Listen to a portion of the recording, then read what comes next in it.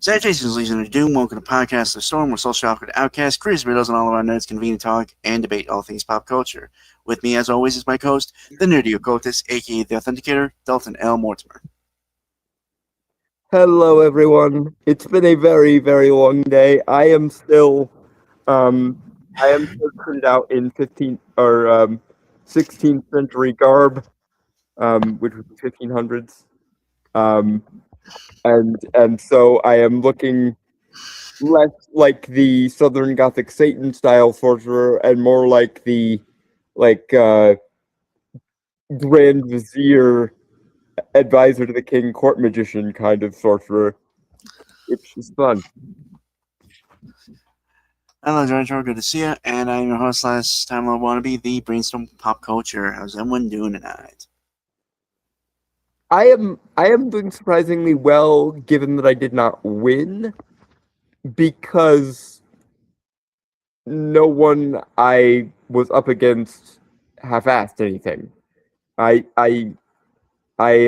believe that the thing that ultimately sunk me was lack of presentation, because I couldn't really think of any interesting visuals to go along with it. I could have if I had another 2 weeks, but I did not have another 2 weeks. And so I wanted to get the essay for the written part and the actual practical application done. Anyway, trailers. Yeah, because, full honesty, we've been incredibly busy. I have been busy purchasing a house. I just finalized that yesterday. So yeah, I've just been kind of really busy with that. It's a bit of a fixer-upper, but it's, yeah. I'm sorry, it's still so surreal that I own a house.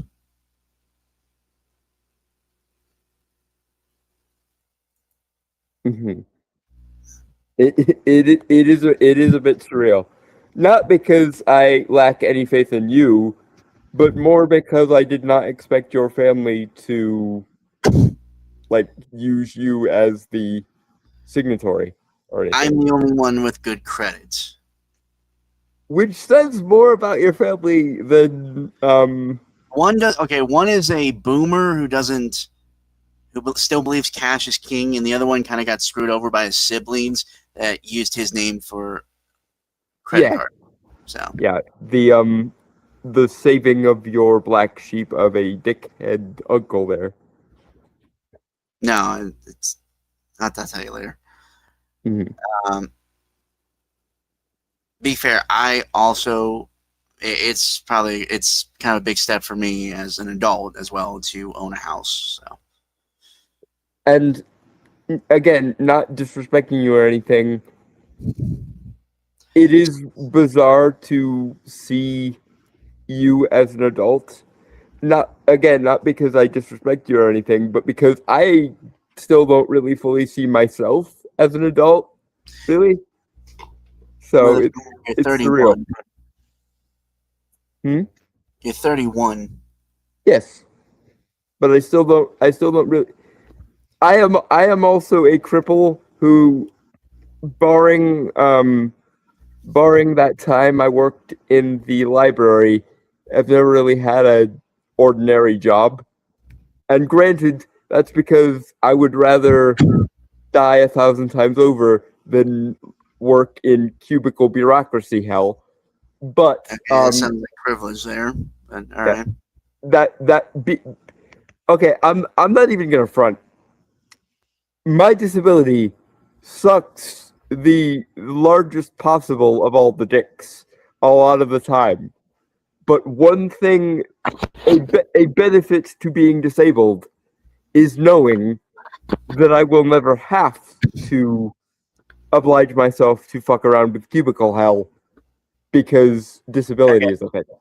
I don't fuck with cubicle hell either. I work in a factory. No, but that would be... Okay, I will say this. I would rather work in a factory than in cubicle hell, but I don't think I am constitutionally cut out for that either. So, for all that my disability sucks all of the male appendages all know the what? time. You say that, but I knew a guy about a year ago who got hit by a car and had a limp and still worked his ass off at that job.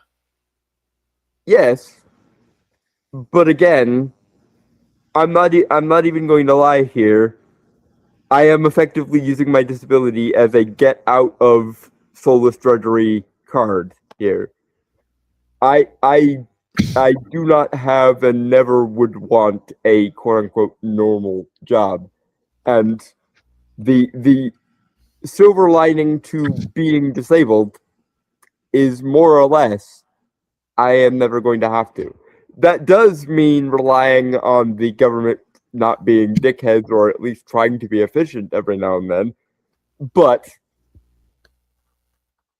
I would rather my time and energy be my own rather than trading it away to a to paraphrase the old work song.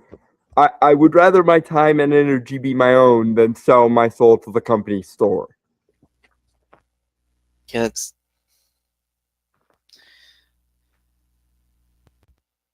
I feel like I should be insulted by that.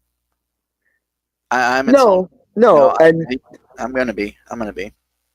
okay, but for the record, I would extend that to you as well. I don't think anyone should have to do the soul destroying work, especially not soul destroying, useless, busy work that a lot of jobs amount to. I just, by virtue of the silver lining I just mentioned, am in the lucky position that I don't have to.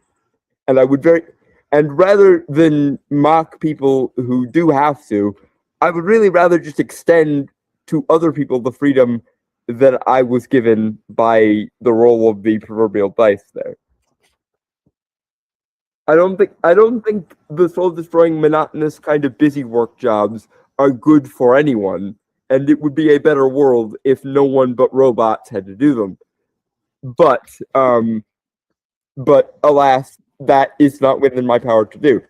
What is my power to do is get on disability so that my time and energy are my own, and I don't have to bend down to ingratiate myself to some hack employer. Yeah, that's my true. That's very true. Giant Joe said, Dawn would soon become the male equivalent of some sort of swamp witch. That's absolutely true. I mean, he's kind of already there. Let's be honest.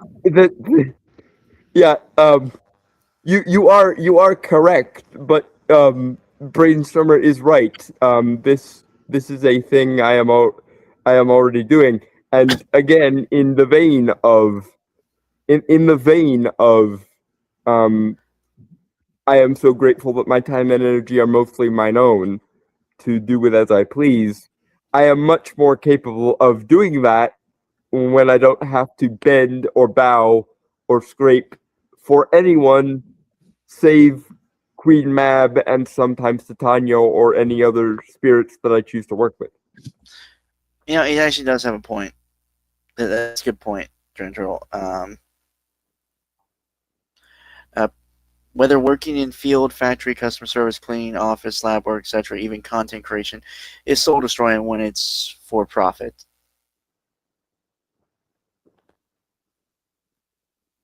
To some degree. Okay, yeah. no, we're not doing this. Yeah, sorry.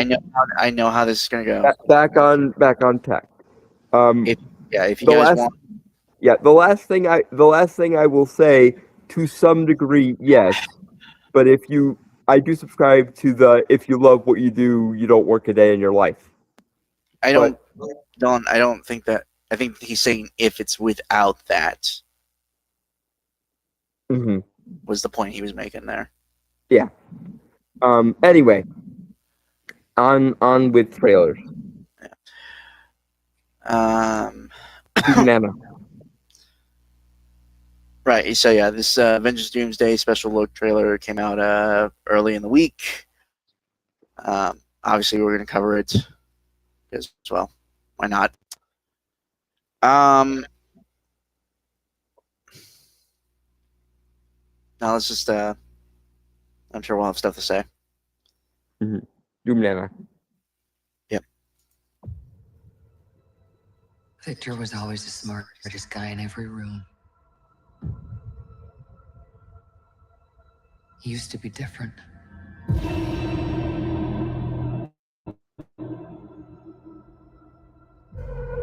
He used to be kind, he used to be caring.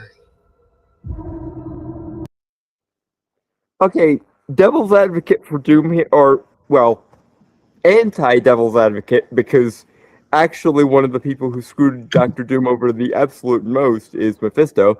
But yeah, anti-devil's advocate, Doom's advocate here, he still is good and kind and all those things to the people of Latveria, and he would very much extend that to the rest of the world if he could.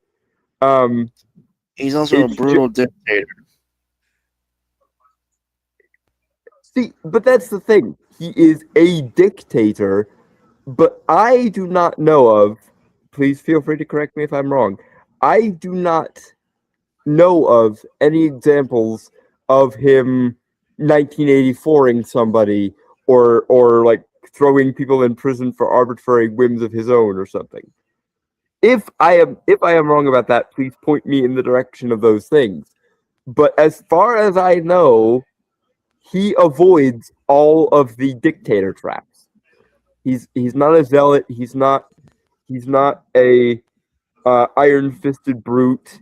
He's not even the kill them slowly with pleasure, brave new world kind of dictator. So actually, okay, if I remember correctly, he does every music that comes into Latveria. He changes words to add doom as propaganda.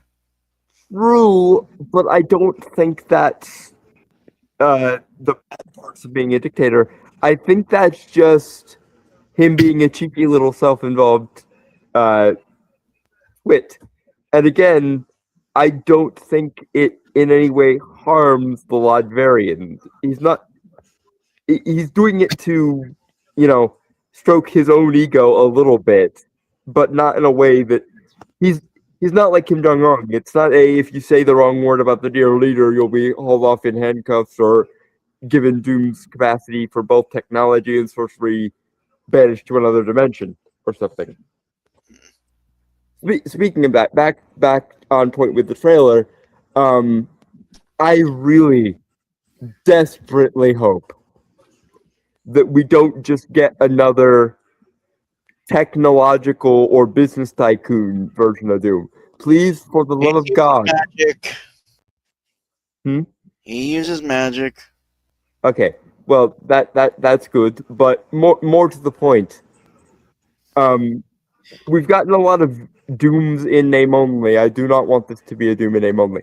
I also really, really hope that this isn't what I fear it to be, which is an alternate universe version of Tony Stark from the universe where he was Sorcerer Supreme, or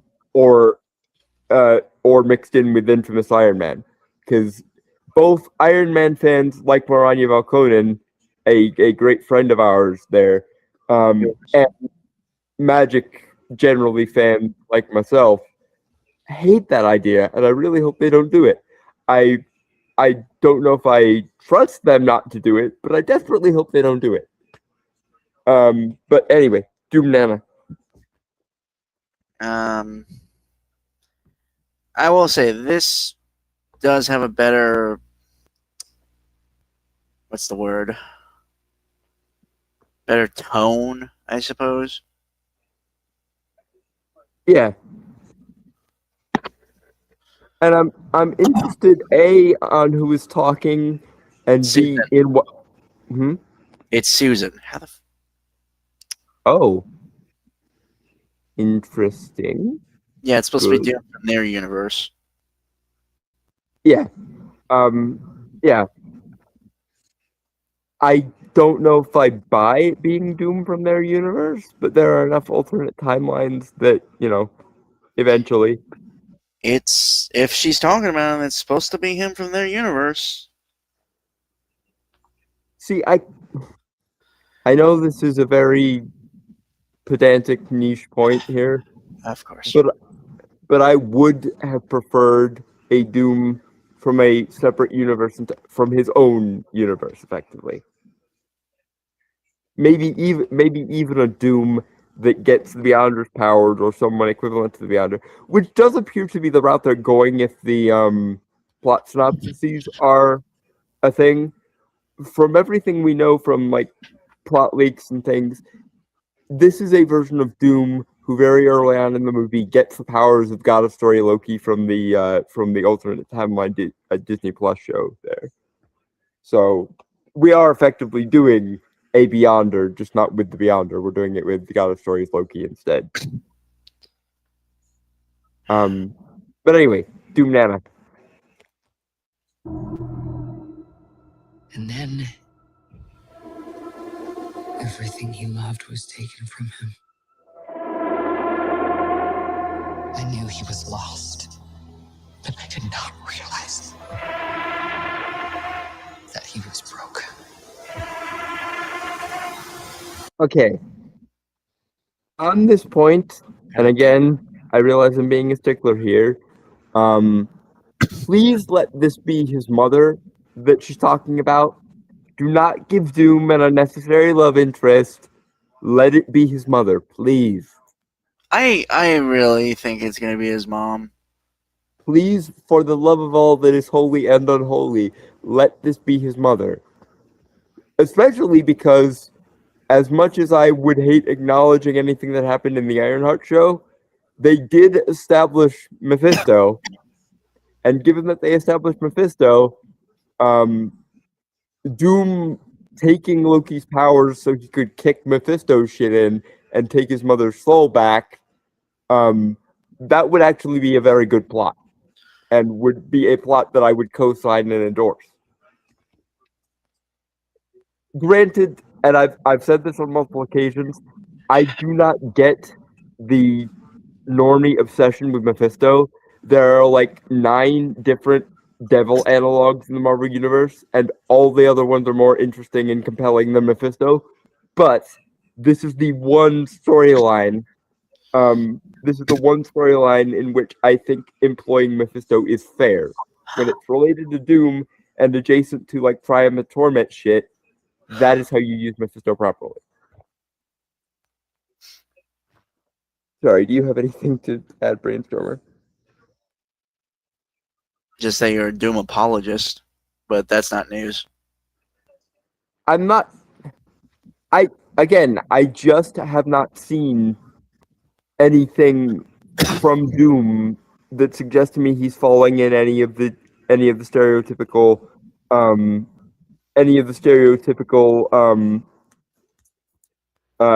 dictator tropes. In fact, in most storylines that I have seen, the fact that Doom does not fall into any of the weaknesses of the usual dictator and actually can deliver what he promises has always been the premise of a lot of storylines. That's why there's a certain level of conflictedness with Reed, because he knows Doom would be good for the world. He just knows that Doom would also be... Doom getting what he wants is good for the world, but bad for Doom. In a weird sort of way, the main reason why Reed and Sue and the Fantastic Four stop Doom is as much for his, i.e., Doom's benefit, as it is for the rest of the world. Because sorry.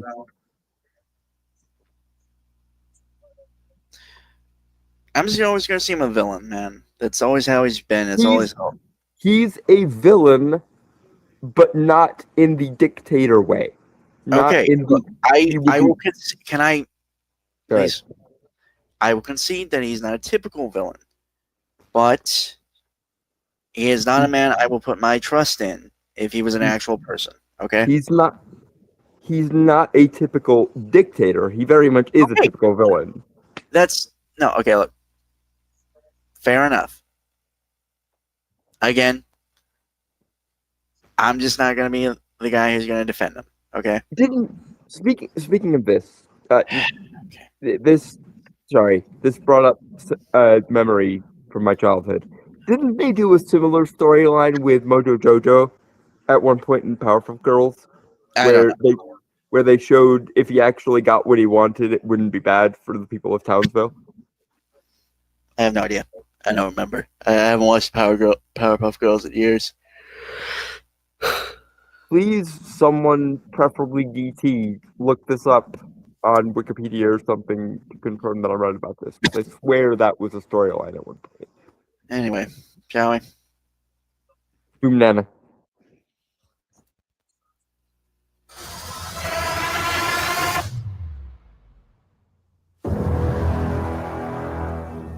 Victor, did you do this? All of you have lived. Okay, they are apparently giving Doom his accent. This is a good sign. They also give him green eyes, which I respect. And it looks like he's going to be in the mask the whole time, too, which... again, Which is how... Okay. That is how you do most of Doom.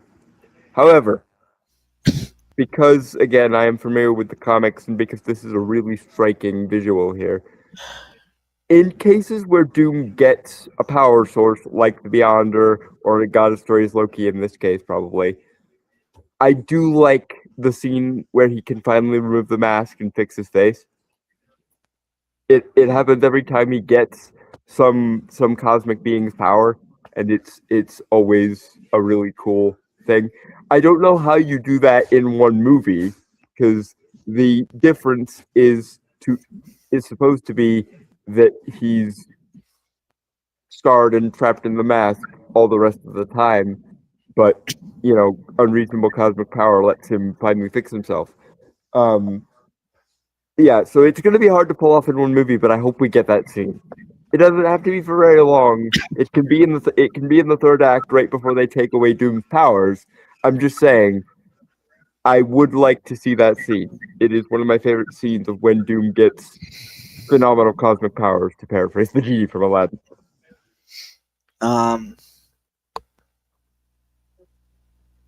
Yeah, again, I'm fairly certain it's 838. No, 828's. Yeah.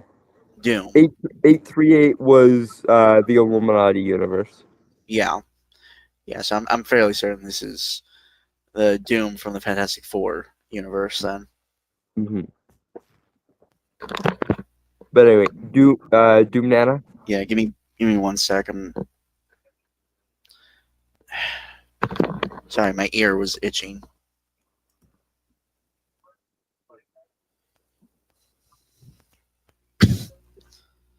Alright. Doom Nana. Stolen lives. Now you must give them back. Answer me, Victor! Did you do this? I swear, you will beg for hell long before I grant it. I wonder what he means by that. The whole live stolen lives. I mean, it kind of makes sense with Captain America traveling back in time and living that whole life with Peggy. Mm-hmm. I think, and again, I'm basing this on my knowledge of the leaks. I think this is going to be tied into when God of Stories Loki took over Kang's role of maintaining the multiverse. He let alternate timelines span out instead of pruning them. And I think Doom considers that stolen lives. Granted, given that in everything prior to post Endgame and post God of Stories Loki taking over, given that his own universe is one of those alternate universes that would have been pruned in the name of the main sacred timeline, as they put it in Loki. So that's going to be a philosophically interesting hypocrisy if anyone brings it up. In the same way that Wanda's in Multiverse of Madness both was and could have been handled better.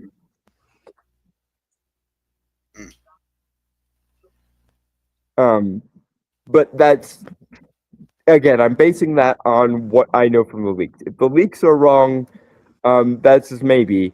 But most of the leaks for Multiverse of Madness were right, and most of the leaks for Agatha all along was right. What saved it was the writing and the execution, in both cases.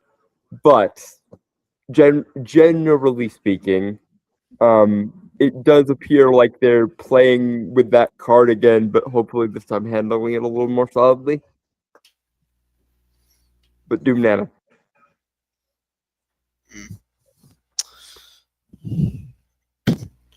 Give me a second. Also, Thor being serious. I dig it. Which is good, but please do not reset him to the first two movies personality wise, please. Because the first two movies sucked horribly. So please, I do agree that, especially in Love and Thunder, Thor getting goofy to a ludicrous degree was bad as well in a different way. But that doesn't mean we should factory reset him to Thor 1 or Thor 2. Or even Age of Ultron, for that matter. Doom Nana. Okay. Yeah.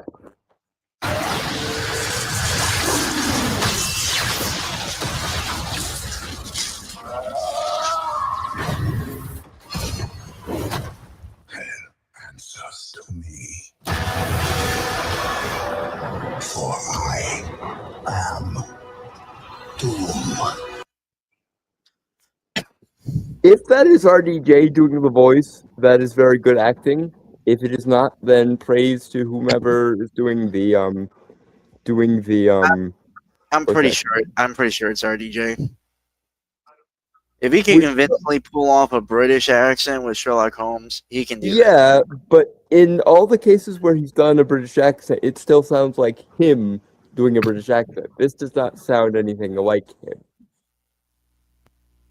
That's why I have the question. It honestly reminds me of a minor factoid from the original Star Wars trilogy. Despite the fact that it was James Earl Jones doing the voice of Darth Vader, it was not him in the suit. I know that. It was a Eastern European bodybuilder in the suit.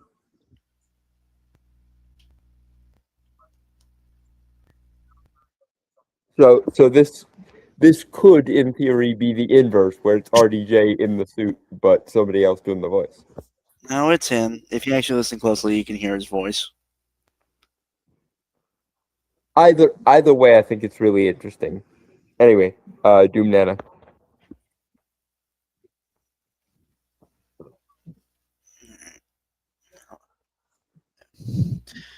But yeah, he's clearly using magic because he just reactivated, like, had green energy that used to blast Thor and hold back his axe. Yes. And revive the Sentinels. Okay. The reviving the Sentinels. He slammed his fist and green energy flowed through the ground to them. Yeah.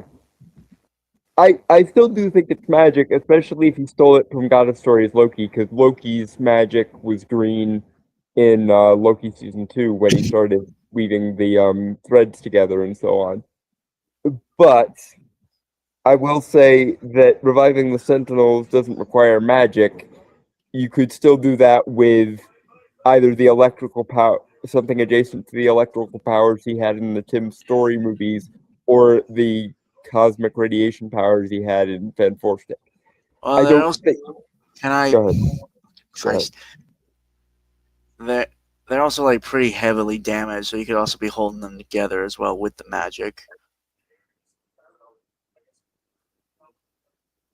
the Sentinels are a bad example because they're technological. Granted, Doom does love his robots, so that could very easily be still a thing. I'm just saying, from the visual evidence we've seen thus far, it doesn't necessarily mean they're doing it right. I am willing. I remain reserved in my skepticism.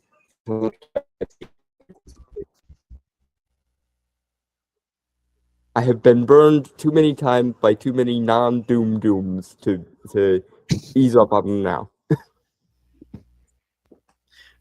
Dylan, your natural state is being cynical. Yes, but as I've stated many times before, I want to be wrong. Okay, that's not my point though. It's just your natural setting is to take things with a grain of salt. That's all I'm saying.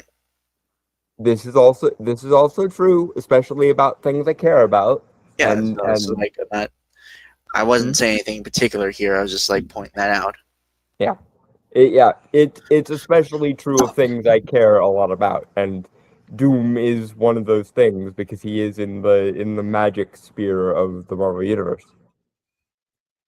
Yep. Anyway, Doom Nana.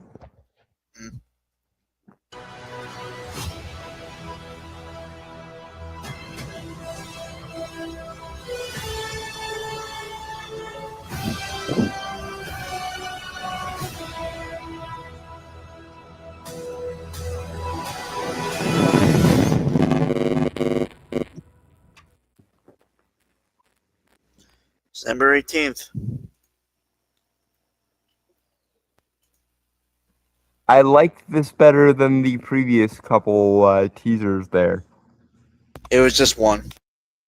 Yeah, the previous teaser. I'm still not entirely convinced, but I'm hoping to be wrong again.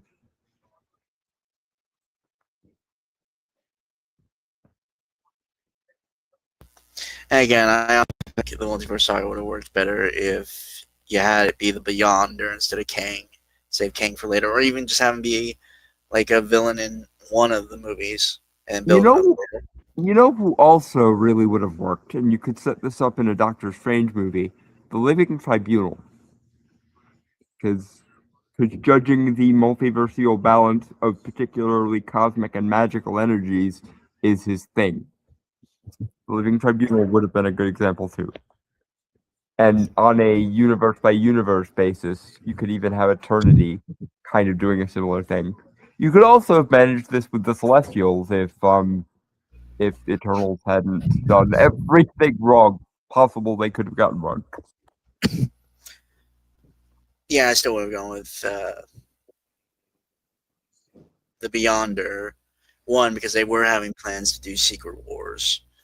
And two, again, if it's multiversal, it makes more sense to have that guy than Kang. It does. I continue to maintain it would have made sense with the Living Tribunal as well. But I think in terms of a multiverse storyline, the Beyonder fits better. But I think in terms of establishing like the cosmic entities within the Marvel Universe, I think the Living Tribunal would have worked better.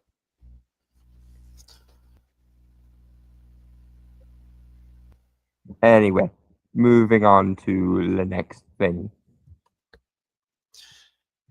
I disagree, but Celebi. Alright, Vision Quest. Sorry.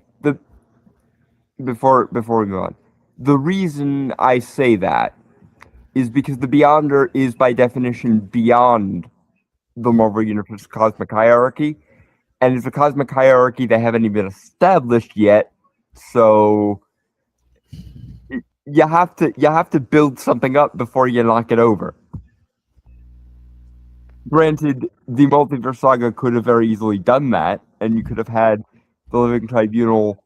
You could have had the Living Tribunal established in a Doctor Strange movie, and then had the Living Tribunal in a fashion kind of similar to the Monitor from DC versus the Anime Monitor. You could have had the Living Tribunal, or hell, even Uatu from What If, recruiting people from various universes to thwart the Beyonder.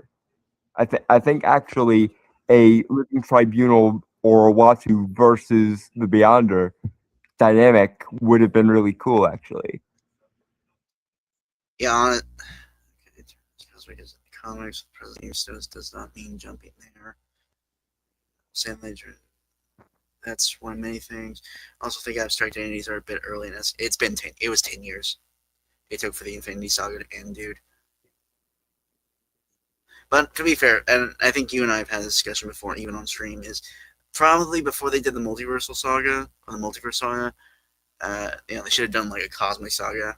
Yeah, and they were going to before James Gunn got Me Too'd. They were gonna put him in charge of the Cosmic Corner, and Kevin Feige was still gonna oversee things in the terrestrial realm, and they were gonna initially, I believe they were building up to Eternity, which my fucking Vishanti, I would have appreciated that.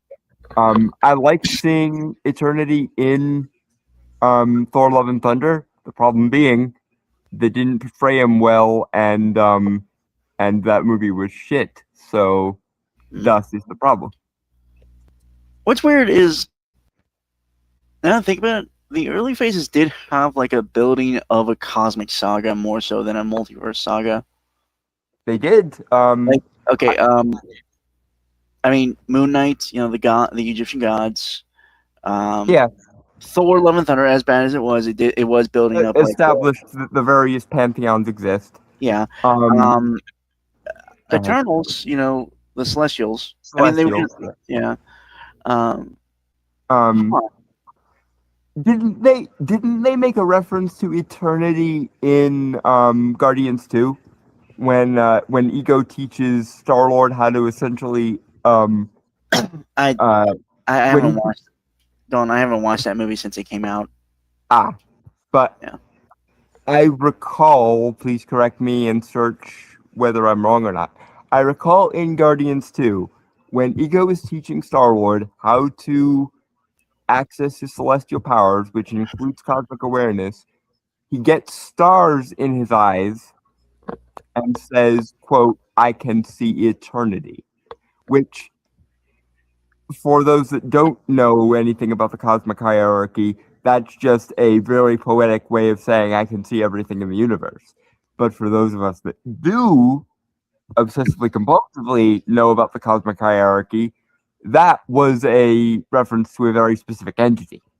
But, okay, Drangel, let me explain what I meant, because I think you kind of misunderstood what I was saying. With the 10 years of the Infinity Saga that was happening, they established various cosmic elements. Therefore, the Living Tribunal, as you said, abstract entity, I think would not have been an escalation after that. No, and further to the point, it's a little bit. I'm gonna use Dresden Files as an example because I know DT and I both know it well, and it might convince Brainstormer to get off his ass and read the Dresden Files more. I've been busy. I know, but I wouldn't be your friend if I didn't occasionally bust your balls, and you know it. Okay, when I am fully moved into my house, I will start doing it. I will start reading those fucking books. Okay? Yes, fair. But point being, my rib of my friend aside here, if as an example, DT, if you read Stormfront and then immediately jump to Peace Talks and Battlegrounds, the power scaling would be insane. But because we slowly got drip-fed the power scaling, and Harry had to work his ass off and was kind of an idiot about everything while he was getting the power scaling boost, it doesn't feel weird to someone who starts at Stormfront and reads all the way to 12 months. It's that kind of thing.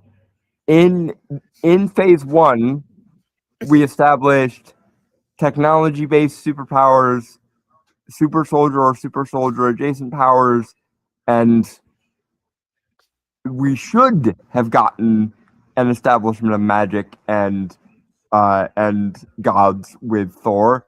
We instead got ancient aliens because they weren't willing to acknowledge that magic was really a thing yet until Doctor Strange. But So yeah, go ahead. that's a strange role. Fair. I just think MCU Thanos was much more down to earth than comics. Didn't seem like someone who could challenge a god besides the snap. Again, to be fair, they've kind of downplayed a lot of the characters in the MCU. They have nerfed a lot of, but as an example of ways that they could have done somebody like Eternity or the fucking Tribunal, I desperately wish that the way they handled Eternity was more similar to how they handled Dormammu in Doctor Strange 1, or how they handled mentions of Chthon, even though he wasn't involved directly. Which again, I am waiting, guys. You've gone two movies into a Doctor Strange trilogy, and we haven't heard of the Vishanti yet. We've heard of their book, but we haven't heard of the entities, and we've heard of Chthon, and we've even seen some of his demons, but we have not seen Chthon. Which, you know, doing Mystic Marvel and in particular things adjacent to the Doctor Strange or Scarlet Witch mythos, and not establishing Chthon, or the Vishanti, is shameful. Also, we got a mention of the Living Tribunal in Doctor Strange 1, because Mordo was using it as his preferred relic. In the comics, it's referred to as the Staff of Polar Power, and its powers are derived from the Living Tribunal. They just skipped a couple steps and just called it the Staff of the Living Tribunal in the movies.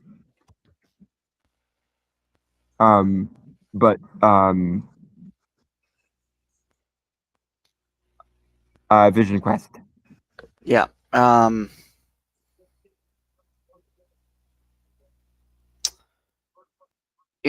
Actually, introducing the Fantastic Four in the Cosmic Saga would have been better. I think about it. Honestly, have them, like, they were already setting up stuff in the 60s with Agent Carter and with the Ant-Man flashbacks. Have the Fantastic Four have been a thing in the 60s. Have them have gone off Earth, possibly to stop Galactus. There are 1,000 things you could have them do off of Earth. Well, okay. I also go ahead. Obviously, it's kind of like them sort of time traveling to explain why they appear in modern day, right? Right. But the thing I was gonna is it's actually relatively simple, because other times I've thought about this, like, they're trapped in the negative zone or something like that. But the thing I'm thinking of, just have them go at light speed, right? And have the jump gates kind of screw them. Well, no, with light speed, just in general, the object traveling at light speed slows, the time around it slows down enough, but everything around. So effectively, to them, they only seem to be gone for like maybe months on end in space, but go ahead. Time dilation wise, they've been gone for the decades it's been. That could work if we're just going by the theory of relativity. The problem is they have already established how faster than light travel works in the MCU, and they use jump gates. Okay, but that's alien.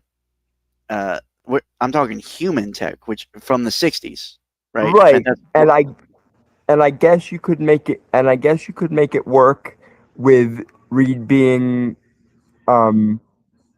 Reed kind of having a little bit of autism and becoming overambitious. Like, you could even have people tell him in the first Fantastic Four movie, or whenever at whatever point in the trilogy we are sending them off world, you could even have people tell him that this is a terrible idea and that there are likely to be consequences like this. But Reed being Reed once he gets his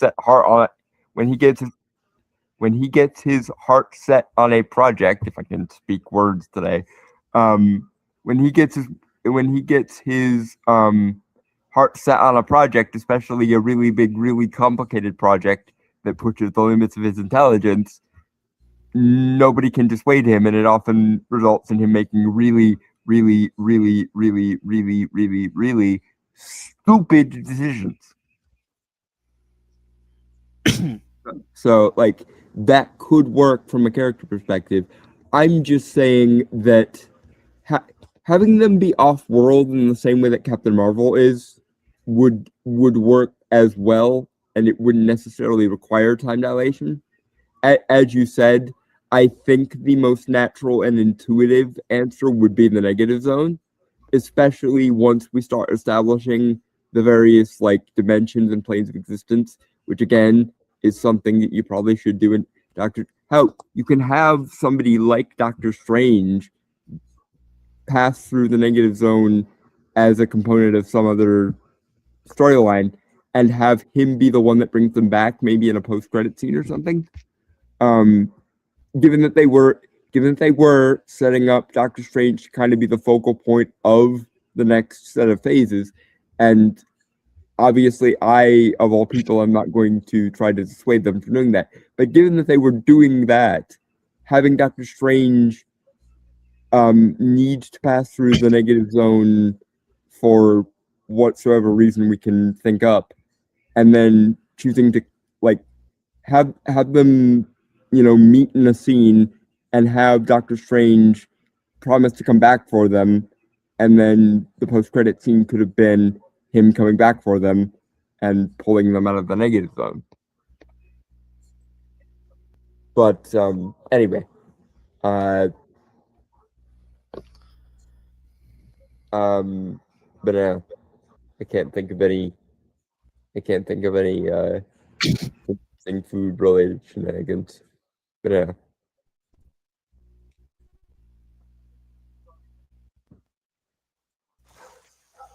Before you started working here, I remember when you'd come in all the time with that redhead. I was a different person back then. How about now? Anyone waiting for you tonight? No.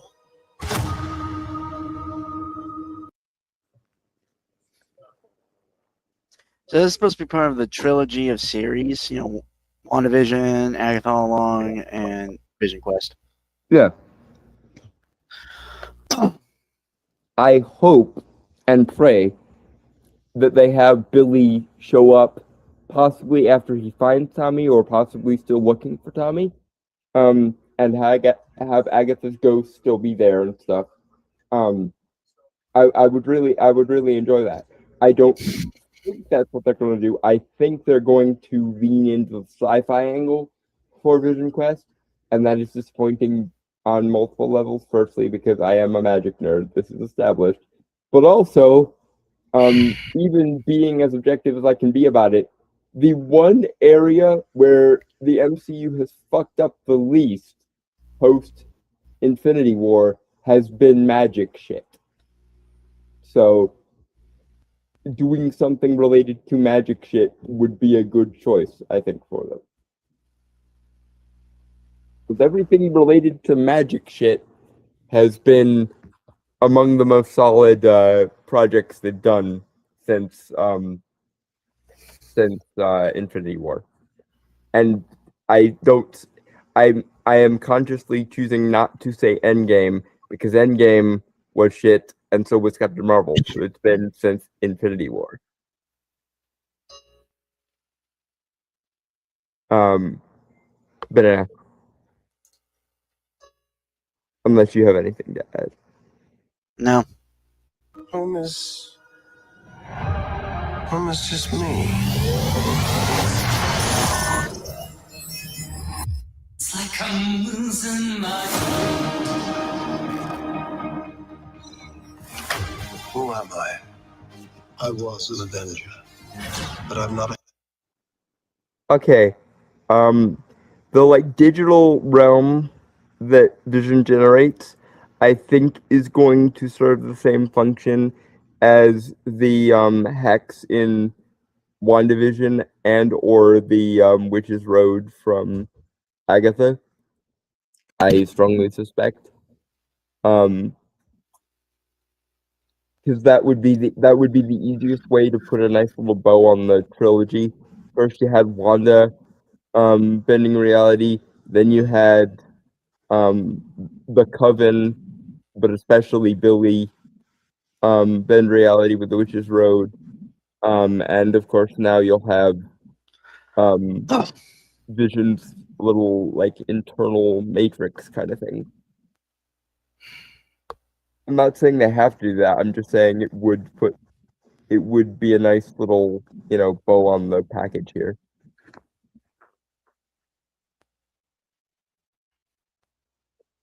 Anything to add, Brainstormer? Nope.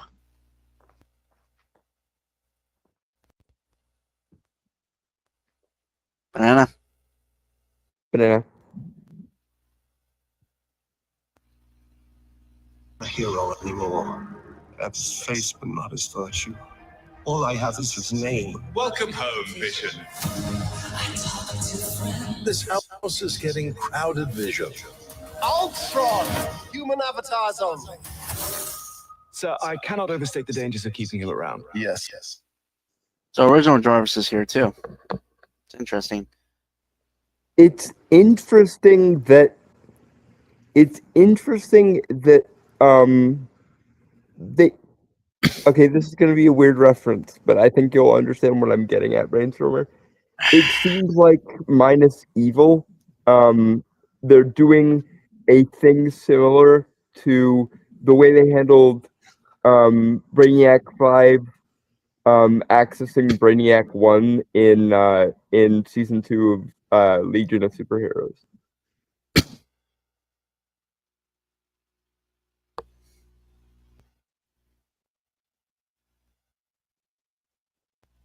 I don't think it's an afterlife Dragon Troll because I think we gotta remember the specific thing with MCU Vision is his consciousness is a combination of Ultron's programming and Jarvis, the Jarvis AI being Essentially possessing the empty shell before Ultron could.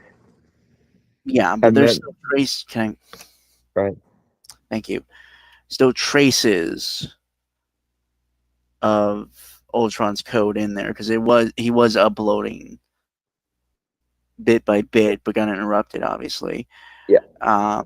So this must be some concentrated version, like the last bits of that code, because Vision, for all intents and purposes, it never took hold. But given original Vision died and the uploading of the memories of Hex Vision, it's causing this like internalized thing. It might be reviving him, honestly. I am also curious who the. Go ahead. Sorry. I was gonna say I'm curious who the woman is. It might be Friday.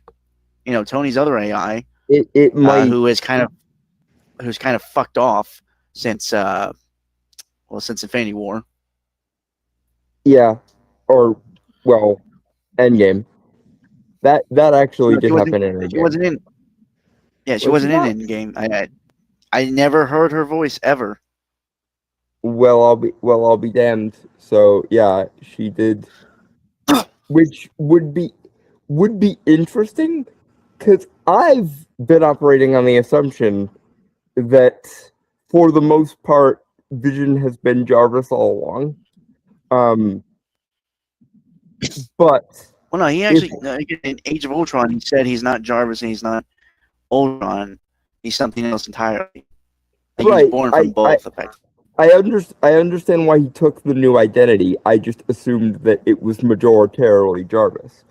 However, what they could be doing here, to your point about Friday, is they could be doing a mother and father dynamic with Vision, like the leftover bits of Jarvis and leftover bits of Friday, or Friday uploading herself, or whatever happened, could effectively be whatever remains of Jarvis and probably the majority of Friday being his mother-father parallel. I also think there is a motif of, breaking with sanity and identity, because that was true with WandaVision and, albeit to a slightly lesser extent, Agatha. So I think that's what they could be doing. But I think I wasn't far off when I compared it to Brainiac 5 accessing Brainiac 5 accessing Brainiac 1's memories, at least with the Ultron part of him. Right. It might even be something akin to he has to access the Ultron bits for whatever reason, or even better, because they did establish that Haywood and what organization were they with? Were they SHIELD or Sword? Okay, Sword. They did establish that Sword woke him up without any of his other programming and made him specifically in order to be a weapon. So it could have been that which brought Ultron's Ultronness to the fore, because because that's the part of him that is a warmonger. But he is Dad? Papa? People. I'm a stranger to myself. That family wasn't real. You sure about that? I had a father, a machine called Vision. Muzzle tough. It's Okay. It's Tommy. Okay, so they are possibly doing the thing that I suggested they do. It could just be Tommy for now. It could just be Tommy, but they established at the very end of Agatha that the ghost of Agatha was acting as his spirit guide in search for Tommy, and that the main reason why Tommy has a body now is because Agatha taught Billy how to futz with time and put him in one. The thing is, I honestly think this show would have been made quicker if Kang was still a big bad, simply because, the Young Avengers, which was all being set up early on. Yeah, if the Young Avengers was not even as good as the original, but better than if all the bad shit hadn't happened and all the good shit was still present, I think that would be very interesting. But they could possibly be doing the thing where it's just Tommy for now, and Tommy and Vision have father-son bonding type things. But I think, given what they were setting up at the end of Agatha, this is going to be effectively a family reunion minus Mommy Dearest. Okay. Banana. a boy. How is this possible?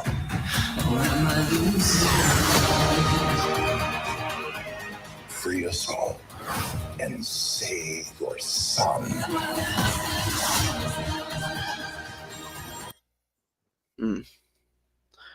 That's interesting. Okay, I must point this out. It's not a character problem. It's just a logic thing. Vision, my dude, or New Vision, whatever you decide to go by. You got your memories back, or at least to some degree, because a construct of your former self, animated by chaos magic and kept alive in essentially a bubble realm, gave them to you by touching you, even though he was an entirely energy-based construct. There are many levels of things you should know are possible that mean you shouldn't be asking that question. A robot having a fucking son who was an illusion originally to his knowledge before he left that hex. This is true. So he wouldn't have known that, especially since it was years later, like a few years later. Did he not know about the? Did he not know about the hex? I thought they programmed him with that knowledge so that he could go in there and get her. Let me explain. Fuck.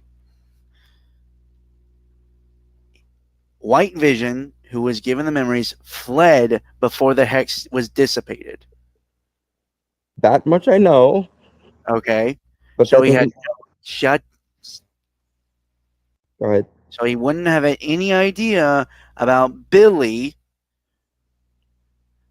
That's fine. That's not what I said. Or Tommy. That's fine. That's not what I said either. What I said was he should have known about the hex and the fact that the Vision who gave him his memories back, or at least started defragging him, was an entirely energy construct created by reality warping chaos magic. Okay, that has nothing to do with what him saying that's not possible, because that's regarding his son existing. No, that's not what I said.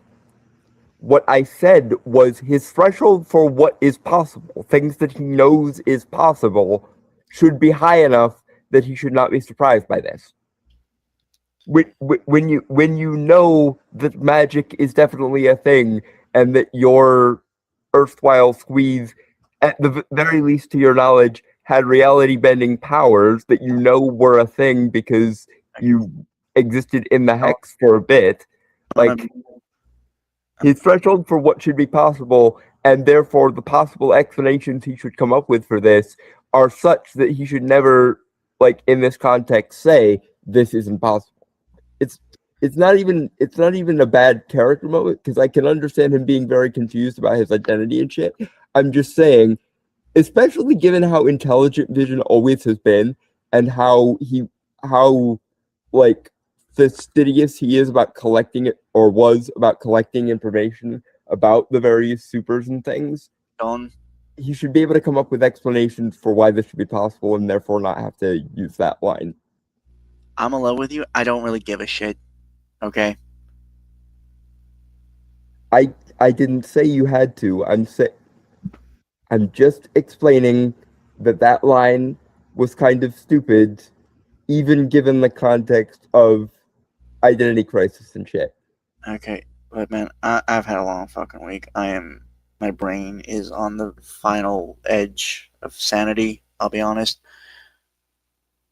Banana. Yeah.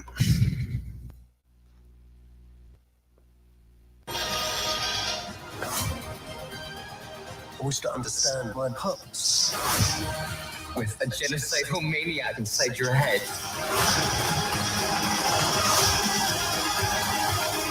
Nothing bonds a family together quite like mortal jeopardy.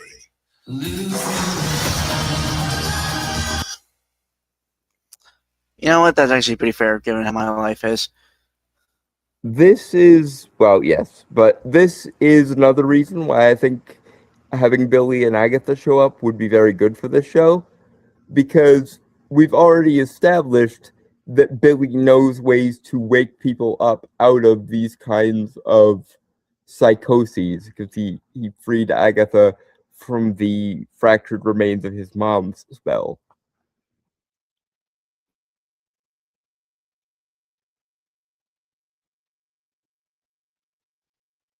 Granted, just specifying this, I would like it if he tries and fails, because magic and technology don't interface well, and that could also be part of the reason why he's having a mental breakdown, because the Vision that gave his memories back didn't download them or anything. He did it by touching him, and that Vision was a construct of pure energy that was specifically magical in origin.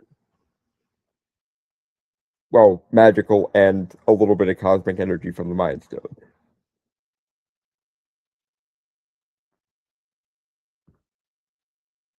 So, even if Billy shows up and tries to do that for Daddy Dearest, I would like to see him fail just because, again, that's interesting. But he does, he has woken people up from this kind of thing before, and part of the reason why White Vision is now fucked and having an identity crisis is because of a little spark of chaos magic that got planted into him when Vision touched him. So Hex Vision. Hex Vision. Yeah. Because original Vision is dead. Well, yes, but I don't really differentiate between normal vision and Hex Vision, because even knowing that Hex Vision was colored a bit by Wanda's perception of him, he did contain a spark of the energy of the Time Stone. We saw that when she made him. I said Mind Stone. No, you said time. Yeah. But yeah, he has a tiny fraction of he had a tiny fraction of the Mind Stone in him. So in my head, that means he's probably closer to OG Vision than White Vision was, at least until Vision gave him that jump start.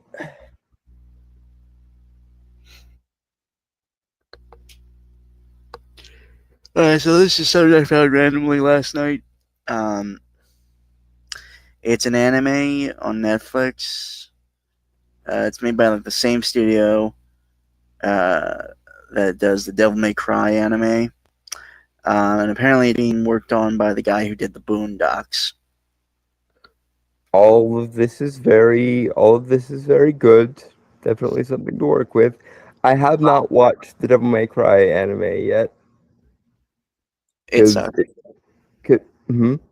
It sucks. That's a shame. Can't say I'm surprised, because the main guy who works on it is kind of a hack. Well, this is also true. But as I recall, when we reacted to Devil May Cry trailers and so forth, I saw a couple red flags, and you were trying to convince me that it would be fine. It looked fine from my perspective. And that's just maybe, but I don't take as much pleasure in saying this as I normally would, because I know Devil May Cry was your thing. I wasn't overly attached to it, but it does suck because it's like one of the only adaptations. Yeah. So Devil May Cry is for you what Castlevania is for me, and between the two of us, I got ahead. I got the good. Anyway, I got the good ending for that. This is like a steampunk retelling of like the stories of Bass Reeves. It's called Bass Ex Machina. Mm-hmm. I figured you'd like the title. And I'm actually a big fan of Bass Reeves. Like, I've looked into his story and stuff and just find it genuinely, mainly because he is like one of the main inspirations for the Lone Ranger. So it's unconfirmed, but people kind of have seen similarities between the two. So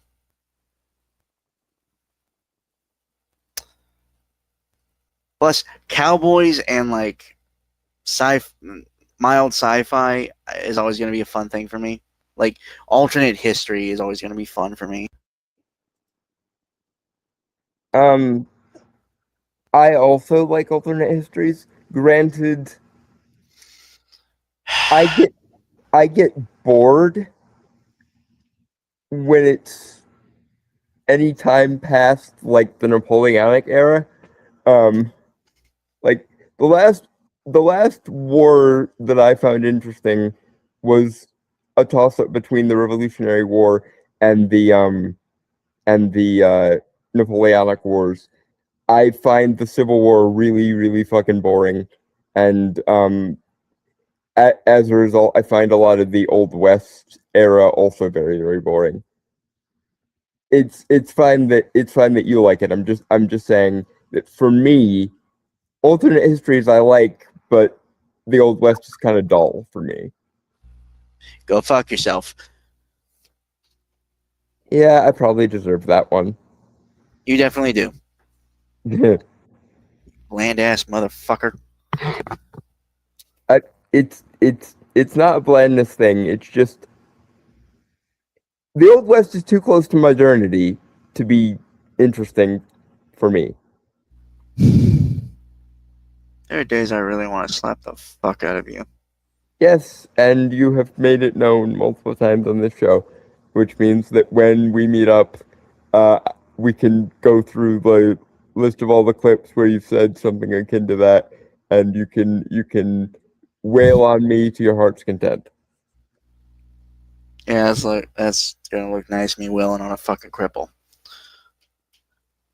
I am more offended by the fact that you think that should matter than I am about the prospect of getting the shit beaten out of me. One of the reasons I respect you and why we are such good friends is because I know that normally doesn't make any difference to you. No, it doesn't. I'm just saying, like, most other people make a big deal out of it. Yes, and if those people have a problem, they can take it up with my ass. I am freely now, and with all due clarity of mind, consenting to be beaten up when we meet up in real life for precisely this reason, and anyone who bashes on it for the optics of beating up a cripple can go fuck themselves. Okay, well, you kind of made it weird. No, that's just weird, man. Man, because I know you, and I know you'd actually take some satisfaction from it.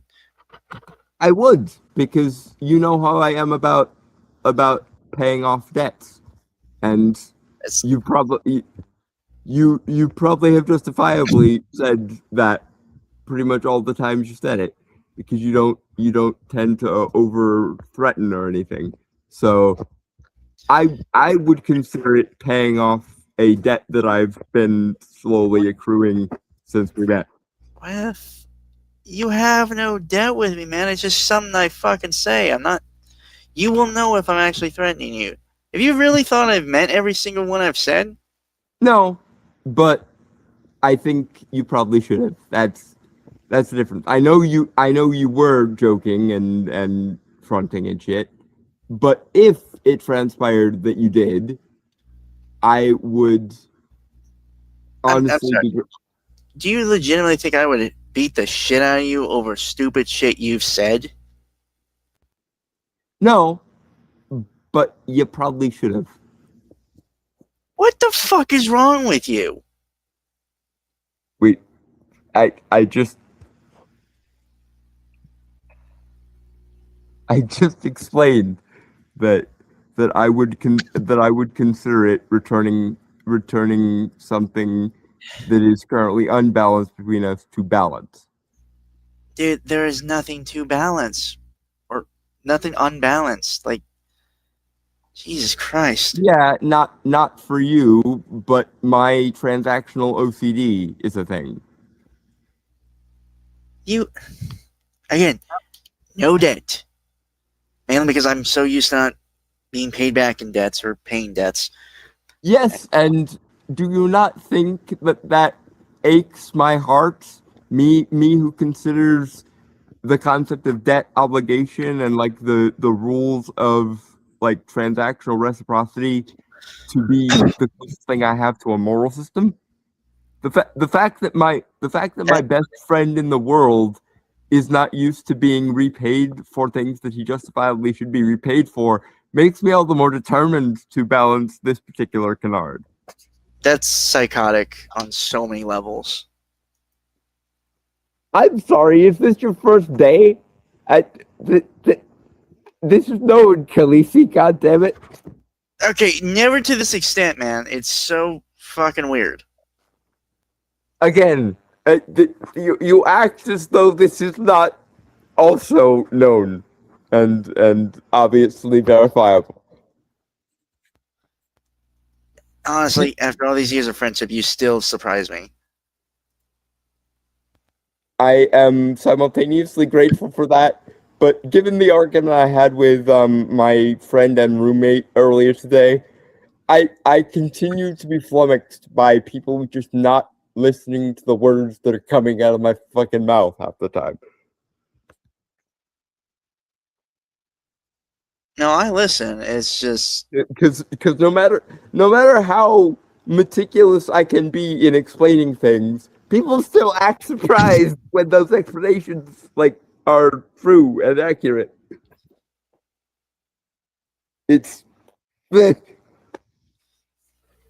it reminds me of Voltaire's song "The Villain King." When Hey. I said I was evil, what did you think that means? Did you? Yeah, it's a little bit like that. okay. You want a debt to be repaid? Just I don't know, give me something of equal value when I get you for Christmas or something. That's not paying off a secondary debt. That's just the necessary aspect of getting my friends Okay. something. Seeing as this is a debt to me, I can determine how the debt is paid. To a degree, but there are technicalities to be observed. Otherwise, my transactional OCD will not allow it to stand. Okay, so when we meet up, should I just fucking strangle you and shake your head a little bit? Would that be enough? Yeah. Okay. Maybe. Fucking Christ. Fucking weirdo. Again. I know. Who do you think you know. were talking to? Fucking Christ, man. Honestly, I feel like you're just asking because you're somewhat of a mild masochist. That also could potentially be a factor, but more so the transactional OCD. I would go with C, all of the above. Well, yes, that's probably true. But unlike a lot of my IRL friends, you have never, to the best of my recollection, ever screwed me over even once. Whereas, not intentionally, but a lot of my IRL friends have done that to me multiple times. And to be fair, they do what you just did all the fucking time. And it flummoxes me because it's like, am I not speaking English? Do I have... it's like...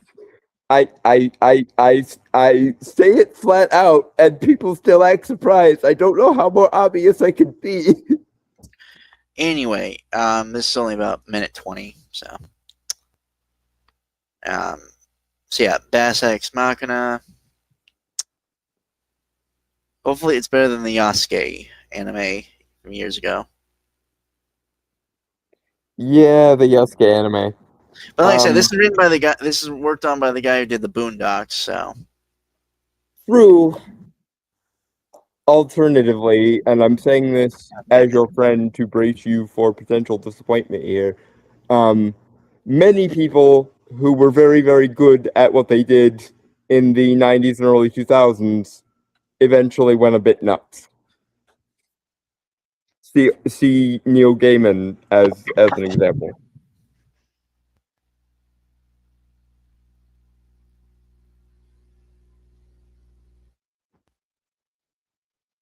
I doubt it. I hope it's not, but I've seen too many people who I thought were smarter than the current ideological brain rot fall victim to it. So, Move on. Banana. Or black banana, which is I'm sorry. What the fuck did you just say? I said, given that it's the guy who did Boondocks, perhaps Black Nana would be more appropriate. We're not doing that. That's probably fair. I'm just Are there any foods associated particularly with the soul food? Because there's a whole episode where they talk about. Or how about we do Bass Nana? Because it's Bass Reeves. That one doesn't feel quite right. Okay, it's either banana or Bass Nana, man. I'm not going anything else. Banana. God damn, how the fuck is no one beating the shit out of you for saying that shit? That,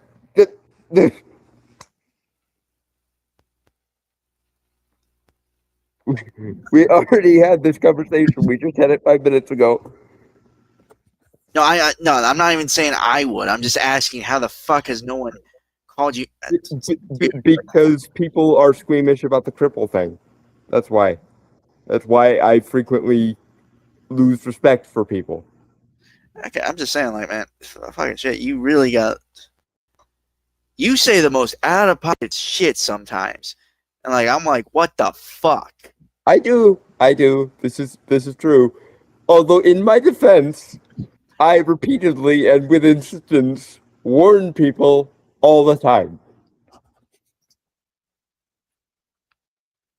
I'm just like, fucking shit. Whatever. Banana. Banana. Out here, you do whatever you have to do to survive. I'm Bass Reeves, bounty hunter.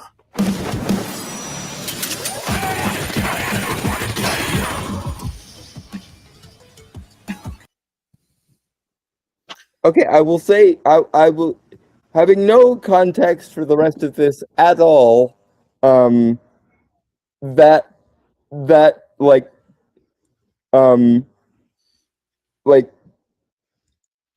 machine gun supernatural bounty hunter thing. That's cool. No, he doesn't. He does not, General. Quite frankly, he hates the outside. So.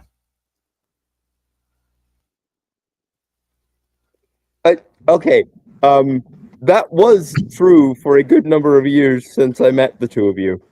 Ever since coming up to the Wilkes-Barre Scranton area, I get out at least 2 times a week, often more. I know out of context that doesn't sound like much, but for the sake of full disclosure and honesty, again, even though no one will believe me when I say these things, because no one ever does, no matter how explicitly I state things, I used to only get out like once every 6 months if I was lucky. Granted, I was also in the rural middle of nowhere where there was nothing to do but farm and hunt, and I was not interested in either of those things. So. I will say it's weird that they made him a bounty hunter because, again, historically, also it's Brian Tyree Henry, who was Lemon in Bullet Train and Fastos in Eternals, and Megatron in Transformers 1. Yeah. Great actor. He's playing Bass Reeves. Bass Reeves historically was actually a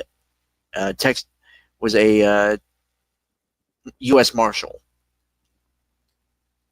I mean, yes, he did do bounty hunting, obviously, because right, because Old West. But the line between lawman and opportunistic drifter was very, very blurry at the best of times. Yeah.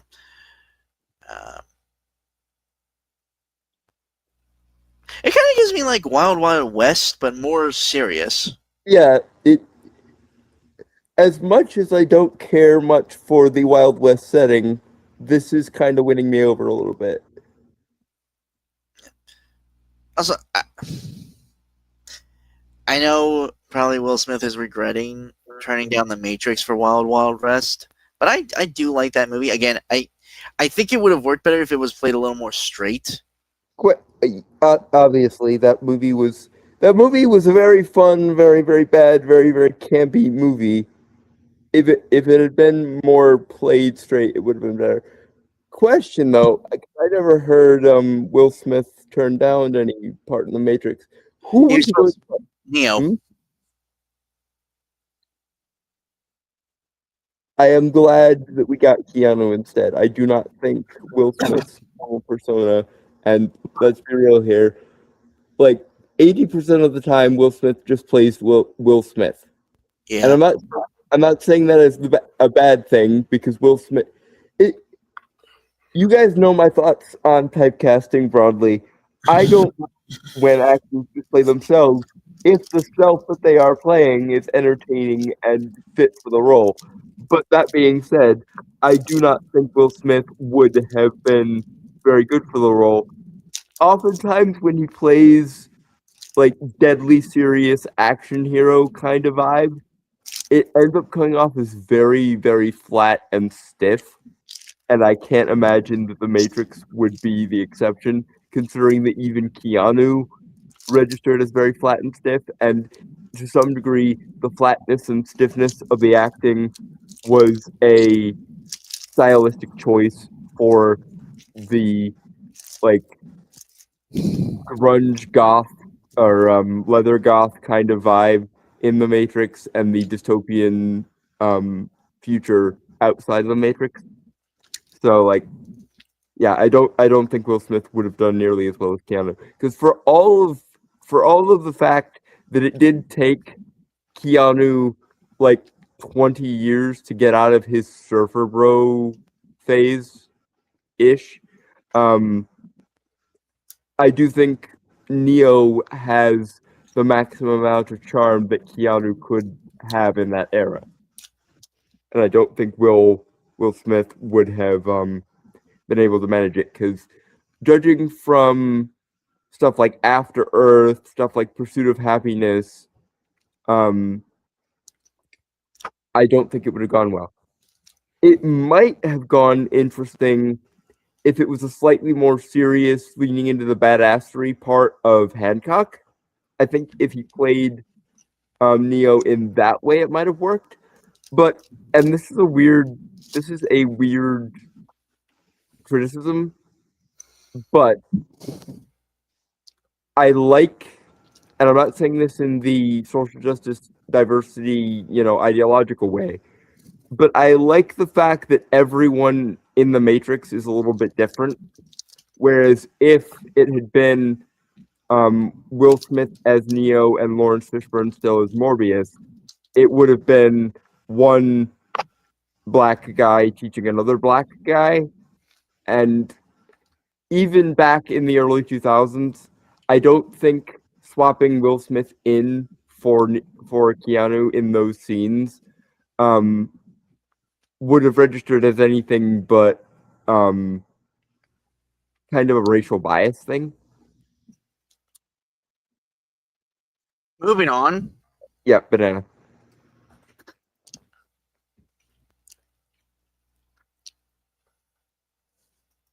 Son, your country still has need of you. Mister, I don't have a country.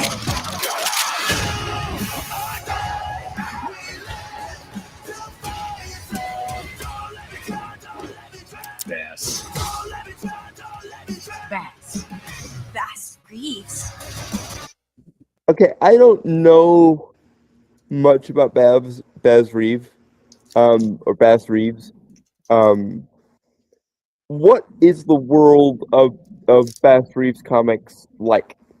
Like what elements are in it? Is it just Wild West, or is there like supernatural and sci-fi elements? What's going on here? He doesn't have comics. He was an actual person that the comic character or the pulp character, the Lone Ranger, is somewhat based off of. Interesting.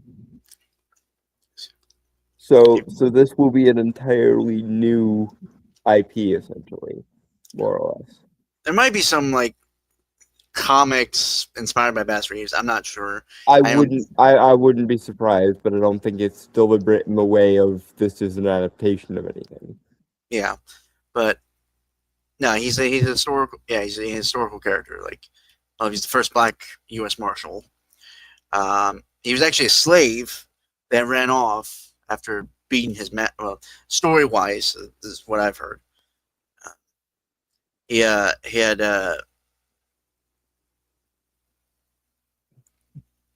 This is gonna sound like a somewhat stupid question, especially because I'm pretty sure the answer is yes. Was Bass Reeves an influence on Django from Django Unchained? That I'm unsure of, actually. It does, like, there are a lot of parallels. From what I know of Bass Reeves, he was a former slave who, again, the story I had heard was that he had technically won his freedom in a poker game with his master, but his master, being kind of the arrogant son of a bitch that he was, refused to give Bass Reeves his freedom. So, in a fit of rage, Bass beat the motherfucker. Realizing he fucked up with that, he ran into the Native American territories, to the west, lived there for some time, learned how to speak the language, track hunt, all that. And U.S. Marshals came to him and asked him, because he knew the territory, and given the Wild West was starting up and stuff after the Civil War, they asked him to, help navigate the area and like hunt and track down outlaws and stuff that were roaming the land. One of the particular ways he actually did it to capture criminals, like bounties, right? Mhm. Was he would disguise himself as a beggar and ask to stay the night at their mother's house, where they would be hiding. Okay, that last thing is really freaking cool. I do love me the wandering disguised trickster motif. Okay, Ask me why. He would eat with them in the night, and then in the morning he would arrest them. Yeah, but prior to that point, which again I admire on the basis of, to borrow a line from Luxor, he's just like me for real. But point being,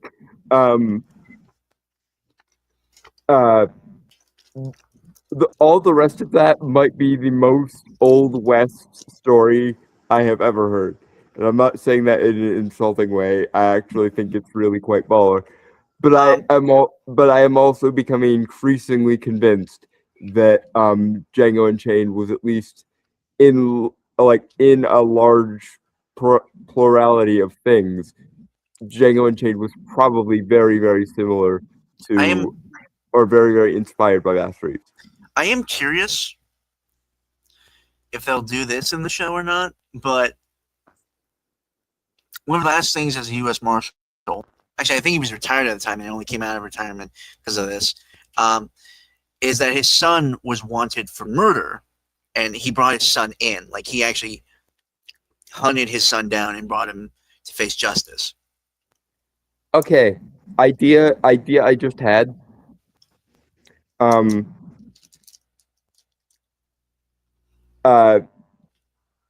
The Black Constable of South Carolina and Bass Reeves teaming up.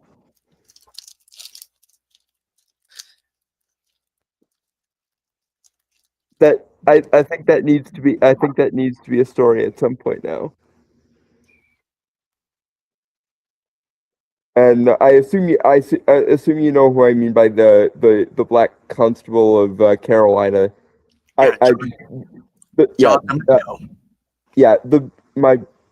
My brain was not remembering names for a second there, but yeah, John Domingo, Bass Reeves team up story. Don't like the wandering disguise trickster motif. You should look into Tanuki stories, not Kitsune. I know you would take the creature known for their sack over fox girls and something feminism.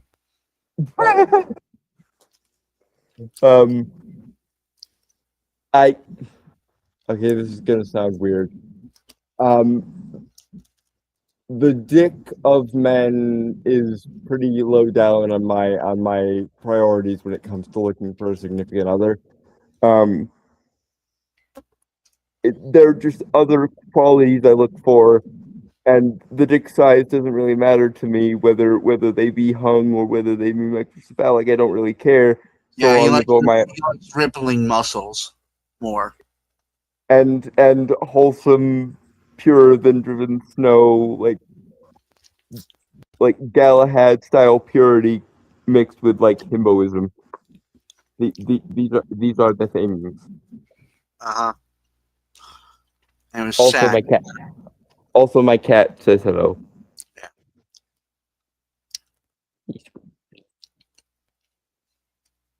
Yeah, but this genuinely looks fun. Sorry, I am fulfilling my allotted amounts of attention for Zeffy. Banana. Banana. What do you think, Zeffy? You okay? That's right. Disarm peaceably, you might live. What happens if we don't? That happens.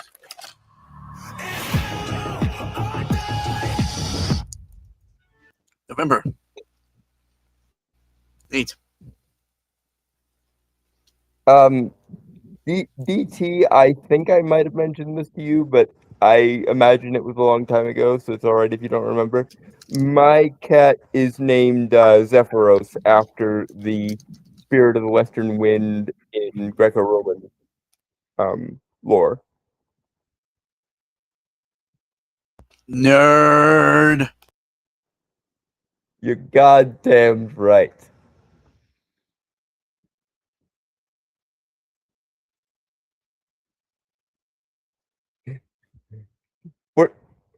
Were you doing a Piccolo from DBZ abridged impression there?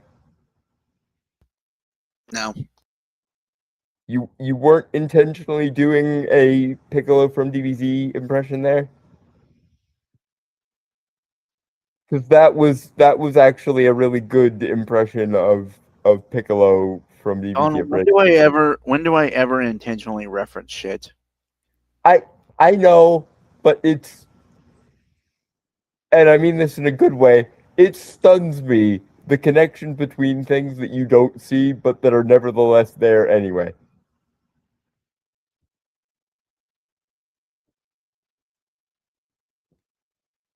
Because I remember the early episodes of DBZ Abridged when Piccolo was training Gohan, and I remember the nerd very, very well. All right. Oh, hey, give me 1 second. Right back, and then we'll watch the last trailer. Yep.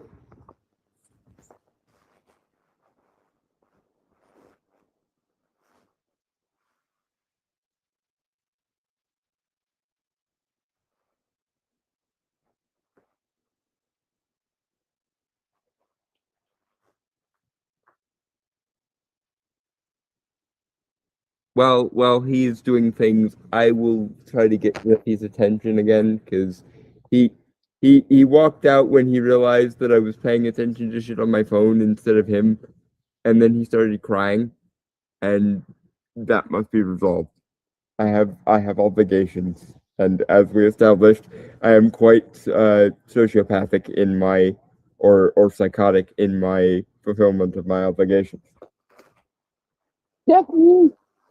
Come here. Come here. There he is. Come here. Yeah, he's good. Baby. He's everywhere. Okay, I'm back. Sorry, I had to wash my hands because I was eating Gushers earlier, and they were a little sticky. I do not think I've ever had those. I saw them on TV, like advertised a lot. I just never had them. I always kind of wanted to, but I never They're had not bad. I got them free from my job. Ah. They're different. Yeah. Okay. So last one. This is one Dawn and I have been pretty excited about seeing. And I still need to talk about actually going to see this in the movie theaters with the one I go see movies with. Mm-hmm. Hopefully, I can convince him. The official trailer for Wildwood. Yeah, Leica has never missed. They have some successes that are more successful than their other successes, but Leica has never missed. Not once.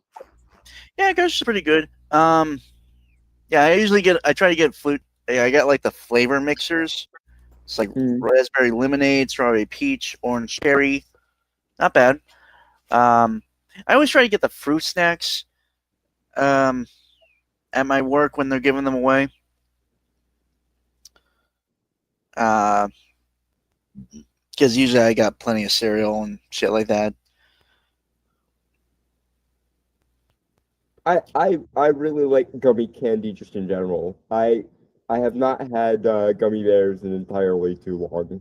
The next time I have any spare cash, I'm probably gonna get myself like a 5-pound bag of them. Rip Leica the Fog, though. The reference there is the dog that they named the animation studio after. In case you didn't get it right. Okay. Well, it said fog, not dog, so.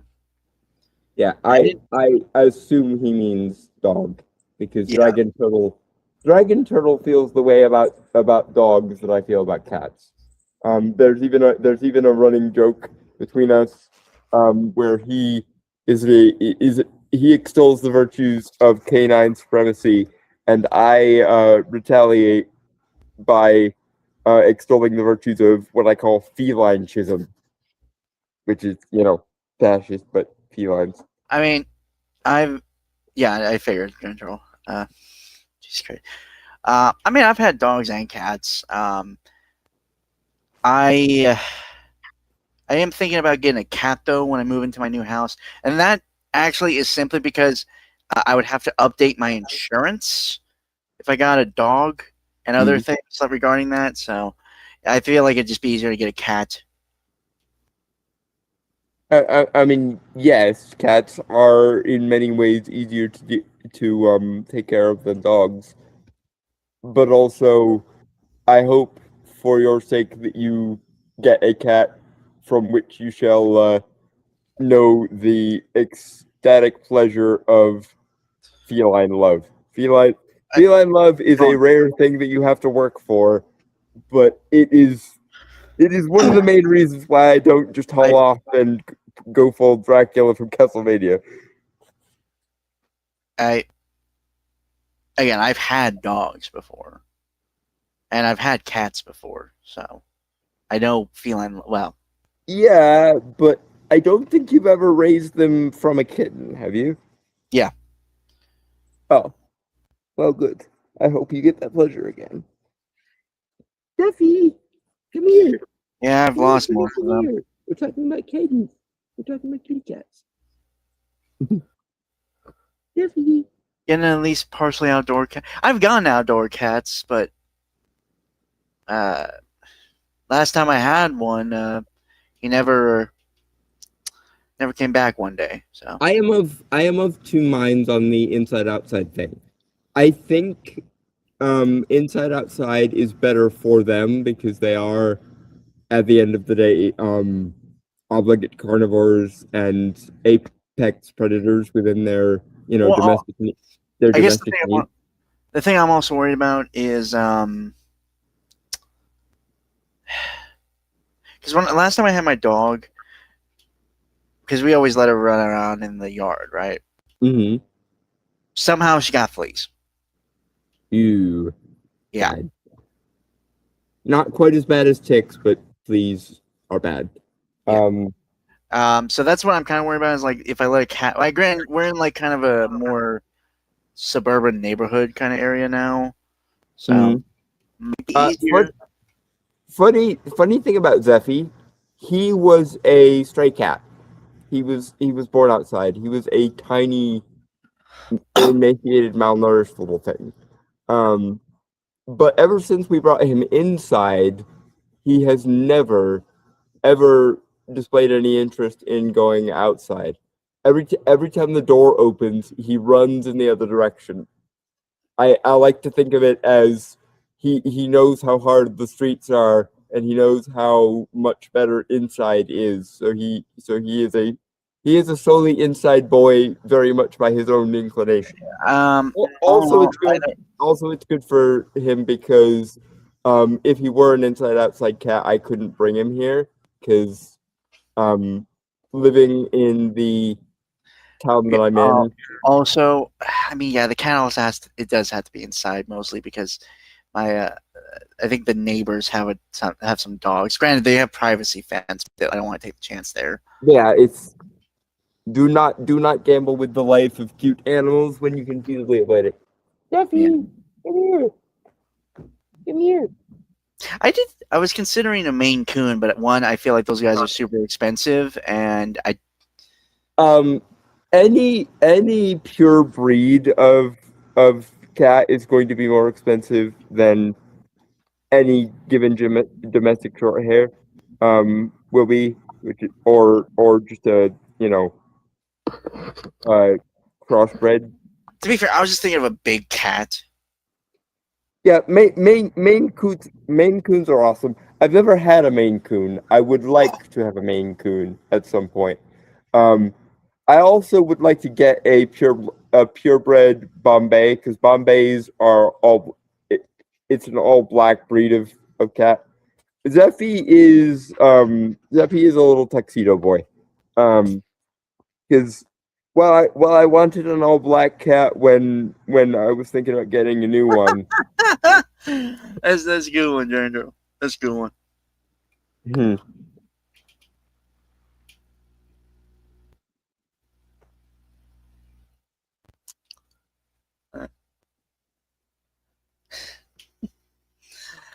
I did. I saw it. I just saw it. Yeah. Fair play, DT. Fair play. Anyway, we actually should probably. Yeah. I got nothing. Just banana. Yeah, banana. Okay. Well, first off, first frame. So much immaculate detail. Leica has never missed. I do not expect this to be the first time. I think really the thing that really sets it apart from like other animation, like other like stop motion animations,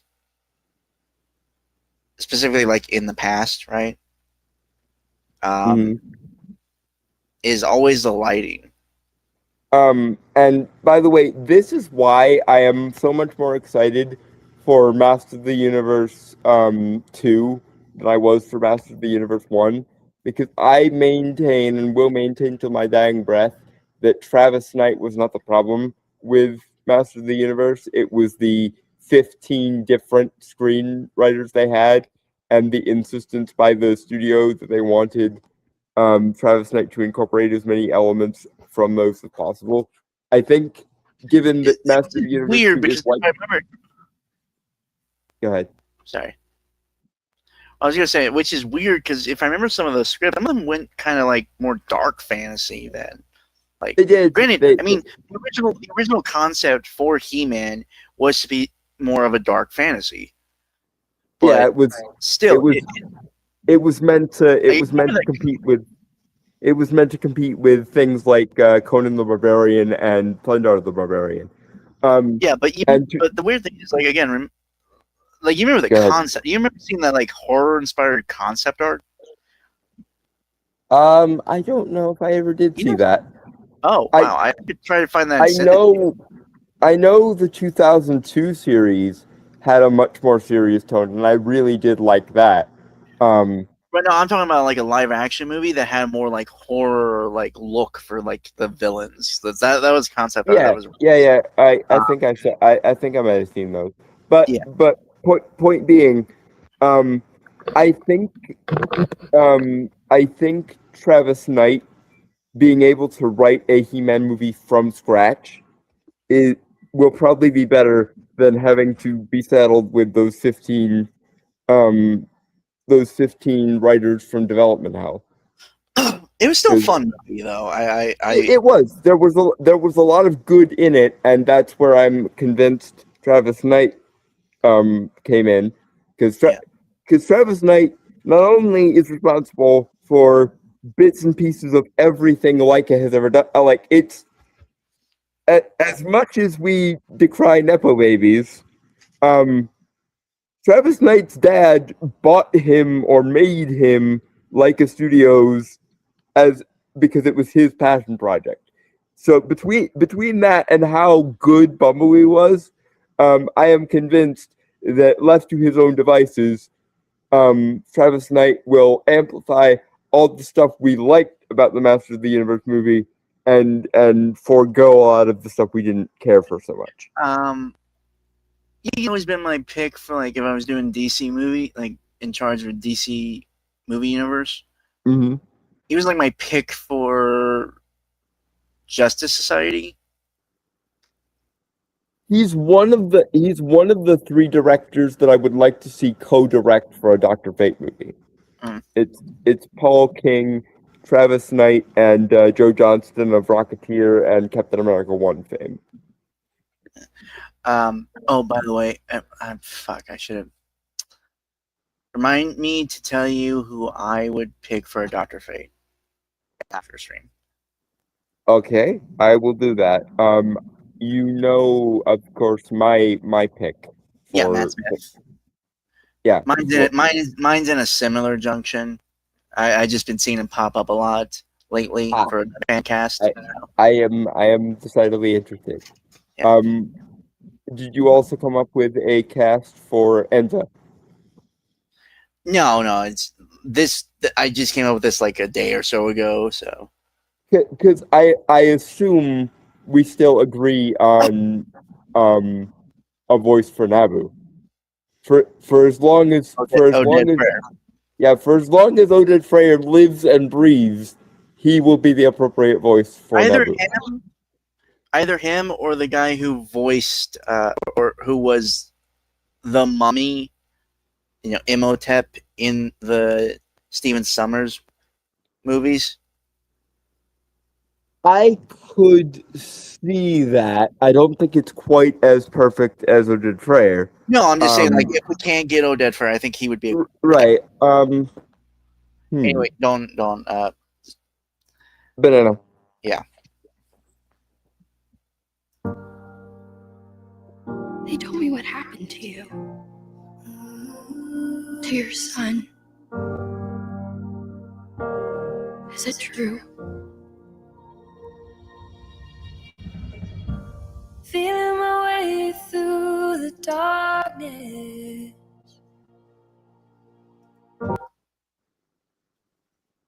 Holy shit! God damn it!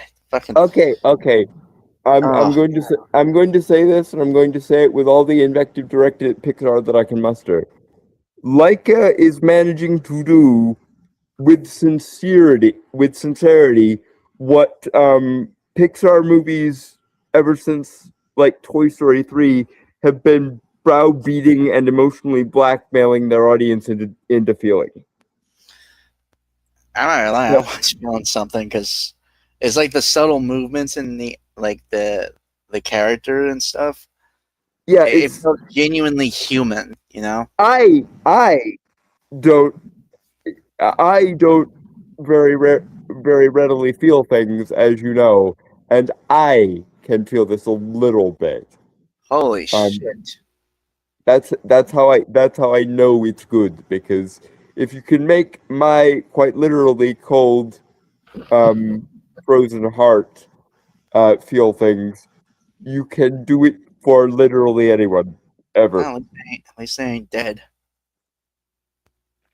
When you say cold and frozen, at least it ain't dead. It depends on the day. Depends on the day. I speak from personal experience. I know what a dead heart is, man. I assume you're talking about the family fucking sociopath. We don't gotta get into it. Mm-hmm. Banana. Yeah, let me get the tab.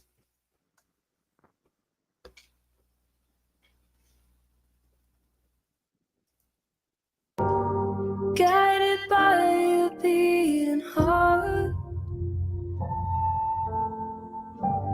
Wish that I could stay forever this young.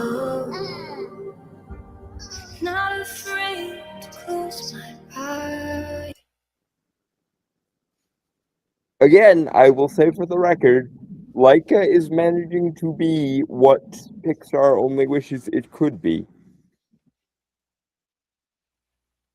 Or it could be once more, or once. Well, yeah, it did get close to this on the high end of its classic run, but even oh dear, we appear to have lost Brainstormer. But finishing my sentence, but even Pixar in its classic vein never really touched Leica. Granted, Leica has made 4 movies, and this will be number 5. And they take their sweet time because stop motion is hard to do well, and they innovate stop motion like it's going out of style. But being that as it may, 4 for 4, and by all appearances, soon to be 4 for or 5 for 5. Soon to be 5 for 5. Is still a better success rate than.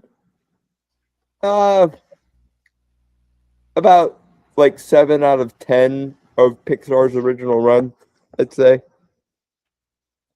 Don't get me wrong. The ones that hit in Pixar's classic era hit hard, but I can't really think of any one specific Pixar movie that hits quite as hard as Coraline, Paranorman, Kubo, or to a lesser extent Box Trolls. I think Box Trolls is probably the weakest one of the lot, which again is not a bad thing. It's not saying there's anything wrong with Box Trolls. It's just Coraline, Kubo, and Paranorman and Kubo, going in order, were A++, and Box Trolls was just an A. Are you done? Yeah. Also, I'm back. And Yeah. yes, Iron Turtle, he really does have that habit. What is this now? And you can read it. A habit of treating people from.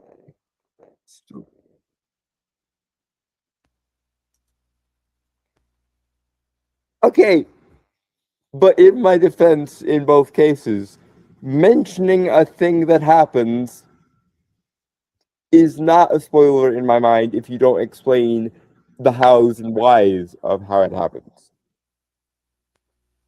Like, if I doxed Brainstormer just now, then your complaint would stand. But I just mentioned that he has a relative who is a complete worthless shit stain who I hope to one day curse for Brainstormer's sake. And he's already fucked up his life for the last time, so I don't really think it's needed. Appreciated, but people like that end up. I'll tell you what's been going on. Okay, I'll update you after. Yep. But but it was Box Trolls, Giant Troll. Also, you forgot Missing Link. was that like a? Yes, that was. We've had the same conversation, dude. It is not. It's not the same guys who did Wallace and Gromit. Okay, because I could have sworn that was Aardman, particularly because there was a lot of British going on in Missing Link, and Aardman has always been a very, very British company.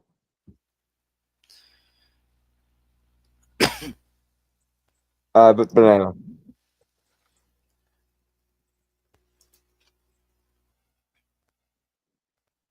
Okay, but banana.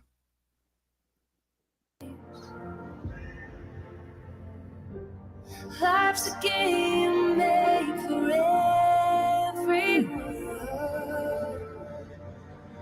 and love is the prize.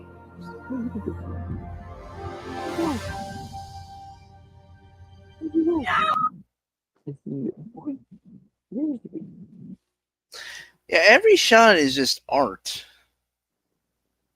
It's not only. I'm sorry. I just noticed the slide, like playground area.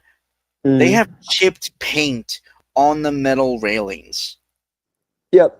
To to be fair, they did this, albeit to a much lesser extent, in Paranorman in the bathroom.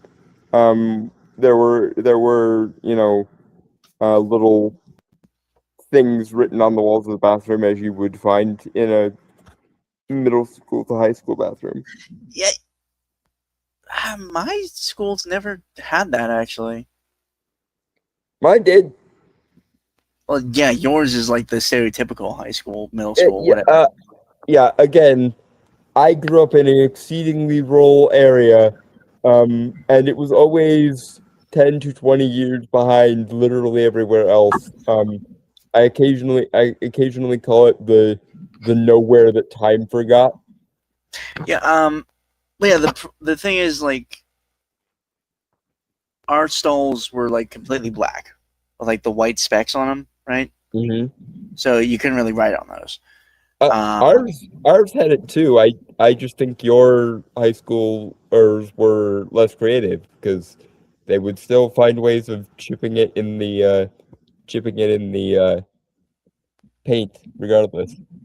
In my high school, it wasn't paint. Like weird, like not ceramic, but like a plastic. It was probably like resin or something. But again, I'm not even sure I would call this a skill issue, except for the sake of the memes. But it is your delinquents needs to rise to higher standards here. Oh no, it was mostly fist fights and shit like that. It was violent. We just we start swinging. That's my generation mostly. My high school did that too. Not very often in cases. It was pretty common actually where I was from.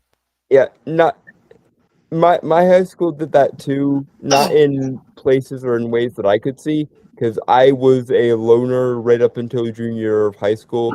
When my school merged with another school in our district that shut down, I didn't have school friends in my own high school until junior year of high school.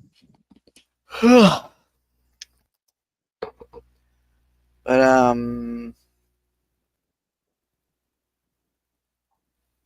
yeah, my generation I think was a lot more violent. Like just really didn't really do the whole vandalism thing. We just like start swinging on each other. Really, there are a few times that some got into fights with teachers. I think you are. I think you are. You're doing some really weird mental math here, because in my school, they led into each other. The vandalism led into violence, and violence often led into vandalism. Yeah, well, as far as I know, there was no vandalism going on in my time at school. Because in my school, in my school, yeah, they were very much contingent on each other, and teenagers always operate out of spite to some degree. Okay, again, I'm just telling you how my experience in high school was. Either a lot is different in your part of the country, or more likely, just a lot of weird generational gap shit happened in those 4 years that separate us, I guess. Probably. But banana.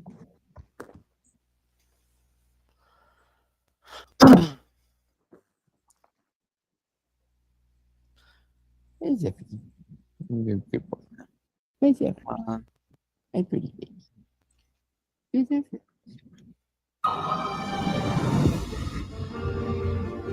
The woods have become a savage place. They took my brother. Please, I need your help. So wake me up. I think. Granted, I don't know, but if I had to guess, it seems like they are doing a better version of what Onward tried to do, which I liked Onward. It just had the unfortunate luck of like releasing the week before the COVID lockdowns happened, and so it died very, very quickly. But I really liked Onward. but it was still a modern Pixar movie, which is not the same as a Pixar in their golden era Pixar movie. And I do think that Wildwood will probably handle it better. It also reminds me of a movie called A Monster Calls, where a monster latches on to a boy to protect him. And it turns out the reason why he was chosen was because his mother was dying of like stage 4 cancer, and the monster kind of took pity on the boy's pain. And of course, it was something symbolism, something metaphor. I don't like those aspects, as everyone knows. I prefer the movie taken more literally, because as a general rule, if you have to bend the in-universe logic of your story around a theme or a metaphor or a concept that isn't in universe, you're going to wind up with a worse product than you otherwise would have had. You might still have a very good product if you do that. It's just it won't be as good as it would have been had you prioritized in universe logic. But anyway.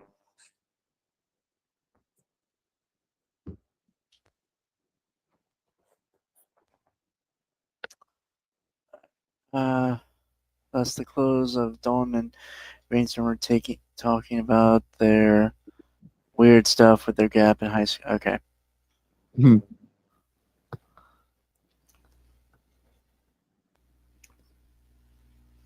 Yeah, we had very different school experiences because Brainstormer actually lives in Civilization. Or lived in Civilization. I also now live a lot closer to Civilization than I did, but barely. I did not live in I did not live in Civilization for the majority of my childhood and even my adulthood. You live in a trailer park. That's not really Civilization. Okay, one, they're really nice. Two, it is in a city, or actually, it's like 3 cities. It's Wilkes-Barre, Scranton, and Pittston. So yeah, they're 3 moderately sized small cities, but when you take them all together, they're quite vast actually.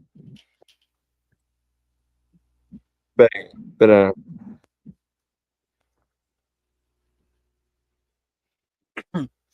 Yep.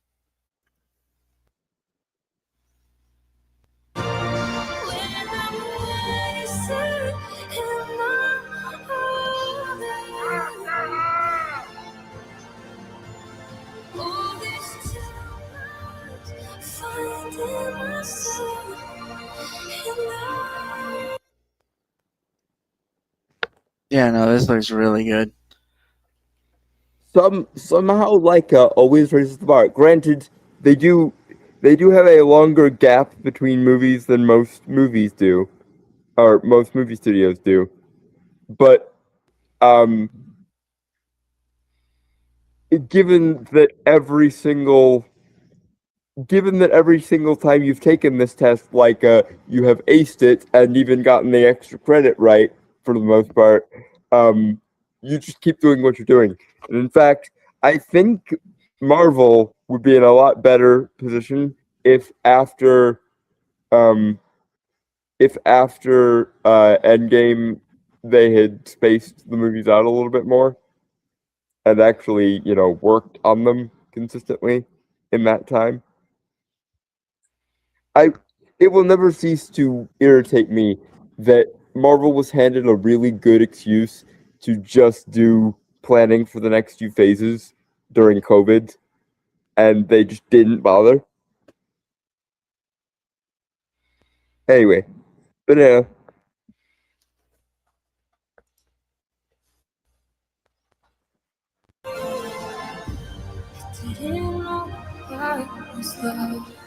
I promised I'd take care of him. I will tear apart this forest. past and bring back what it took from me. Wake me up when it's all over. I see it in you. Yeah, this really feels. It really feels like Onward and A Monster Calls had a baby, and then that baby was handed to Laika to raise, and now that baby is an Ivy League full scholarship wonder kid.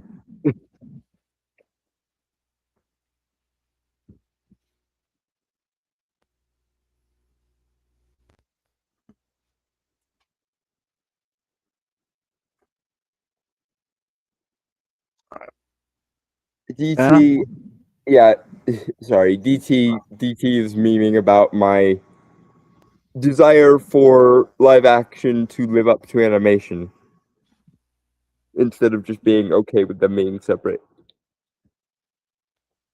Well, I don't think anyone's ever going to do that, unfortunately.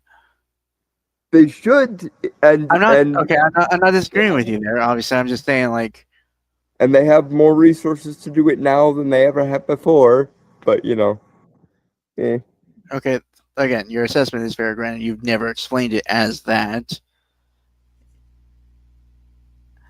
I have explained it as that a couple times, and we have the footage. Dear God, I love doing these shows in a recorded medium because it makes things like this so much easier. I don't know. It's just every time you've always tried to explain it, always comes across as you bashing animation. No, if anything, it's me bashing live action in that they're being lazy, and a lot of people when I bring this up are like, "Well, animation is just better for some things," and my answer is, "Okay, but they don't have to be. If live action filmmakers would do their fucking jobs, they could meet and even surpass it, especially now with all the resources we have at our disposal." But that attitude of these are just separate, and in fact they should be separate. It's just it's a blockade to the advancement of both mediums, and I hate it, and I hope it dies.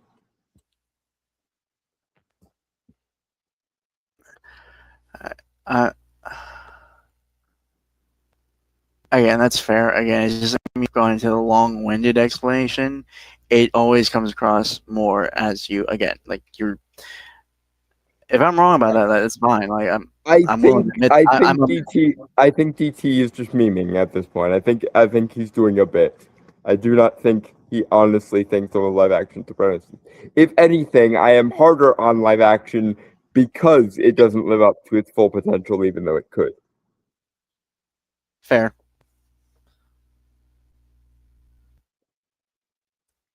But banana.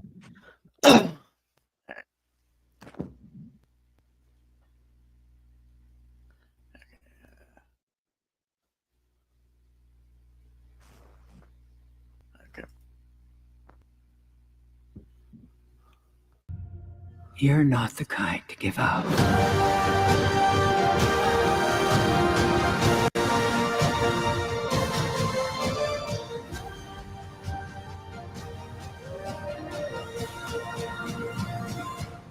Didn't know I was lost.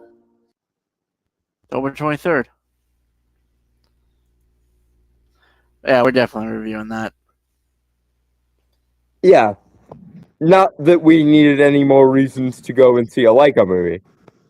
Because they not only are they good every time, they always advance the like art of stop motion filmmaking.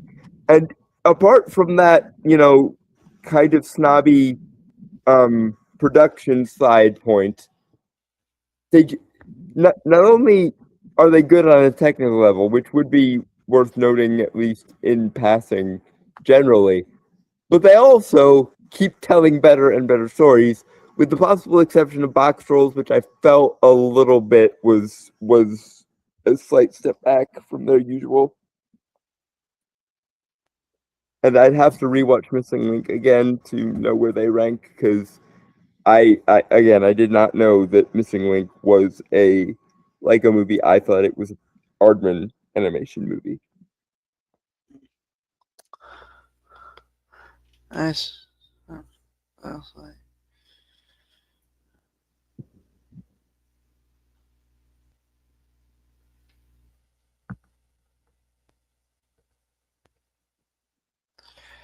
alright, if you guys want to have this discussion, because of course you guys always want to have a discussion of things like this, please do so after the stream, because I need to get to bed because I got shit to do tomorrow.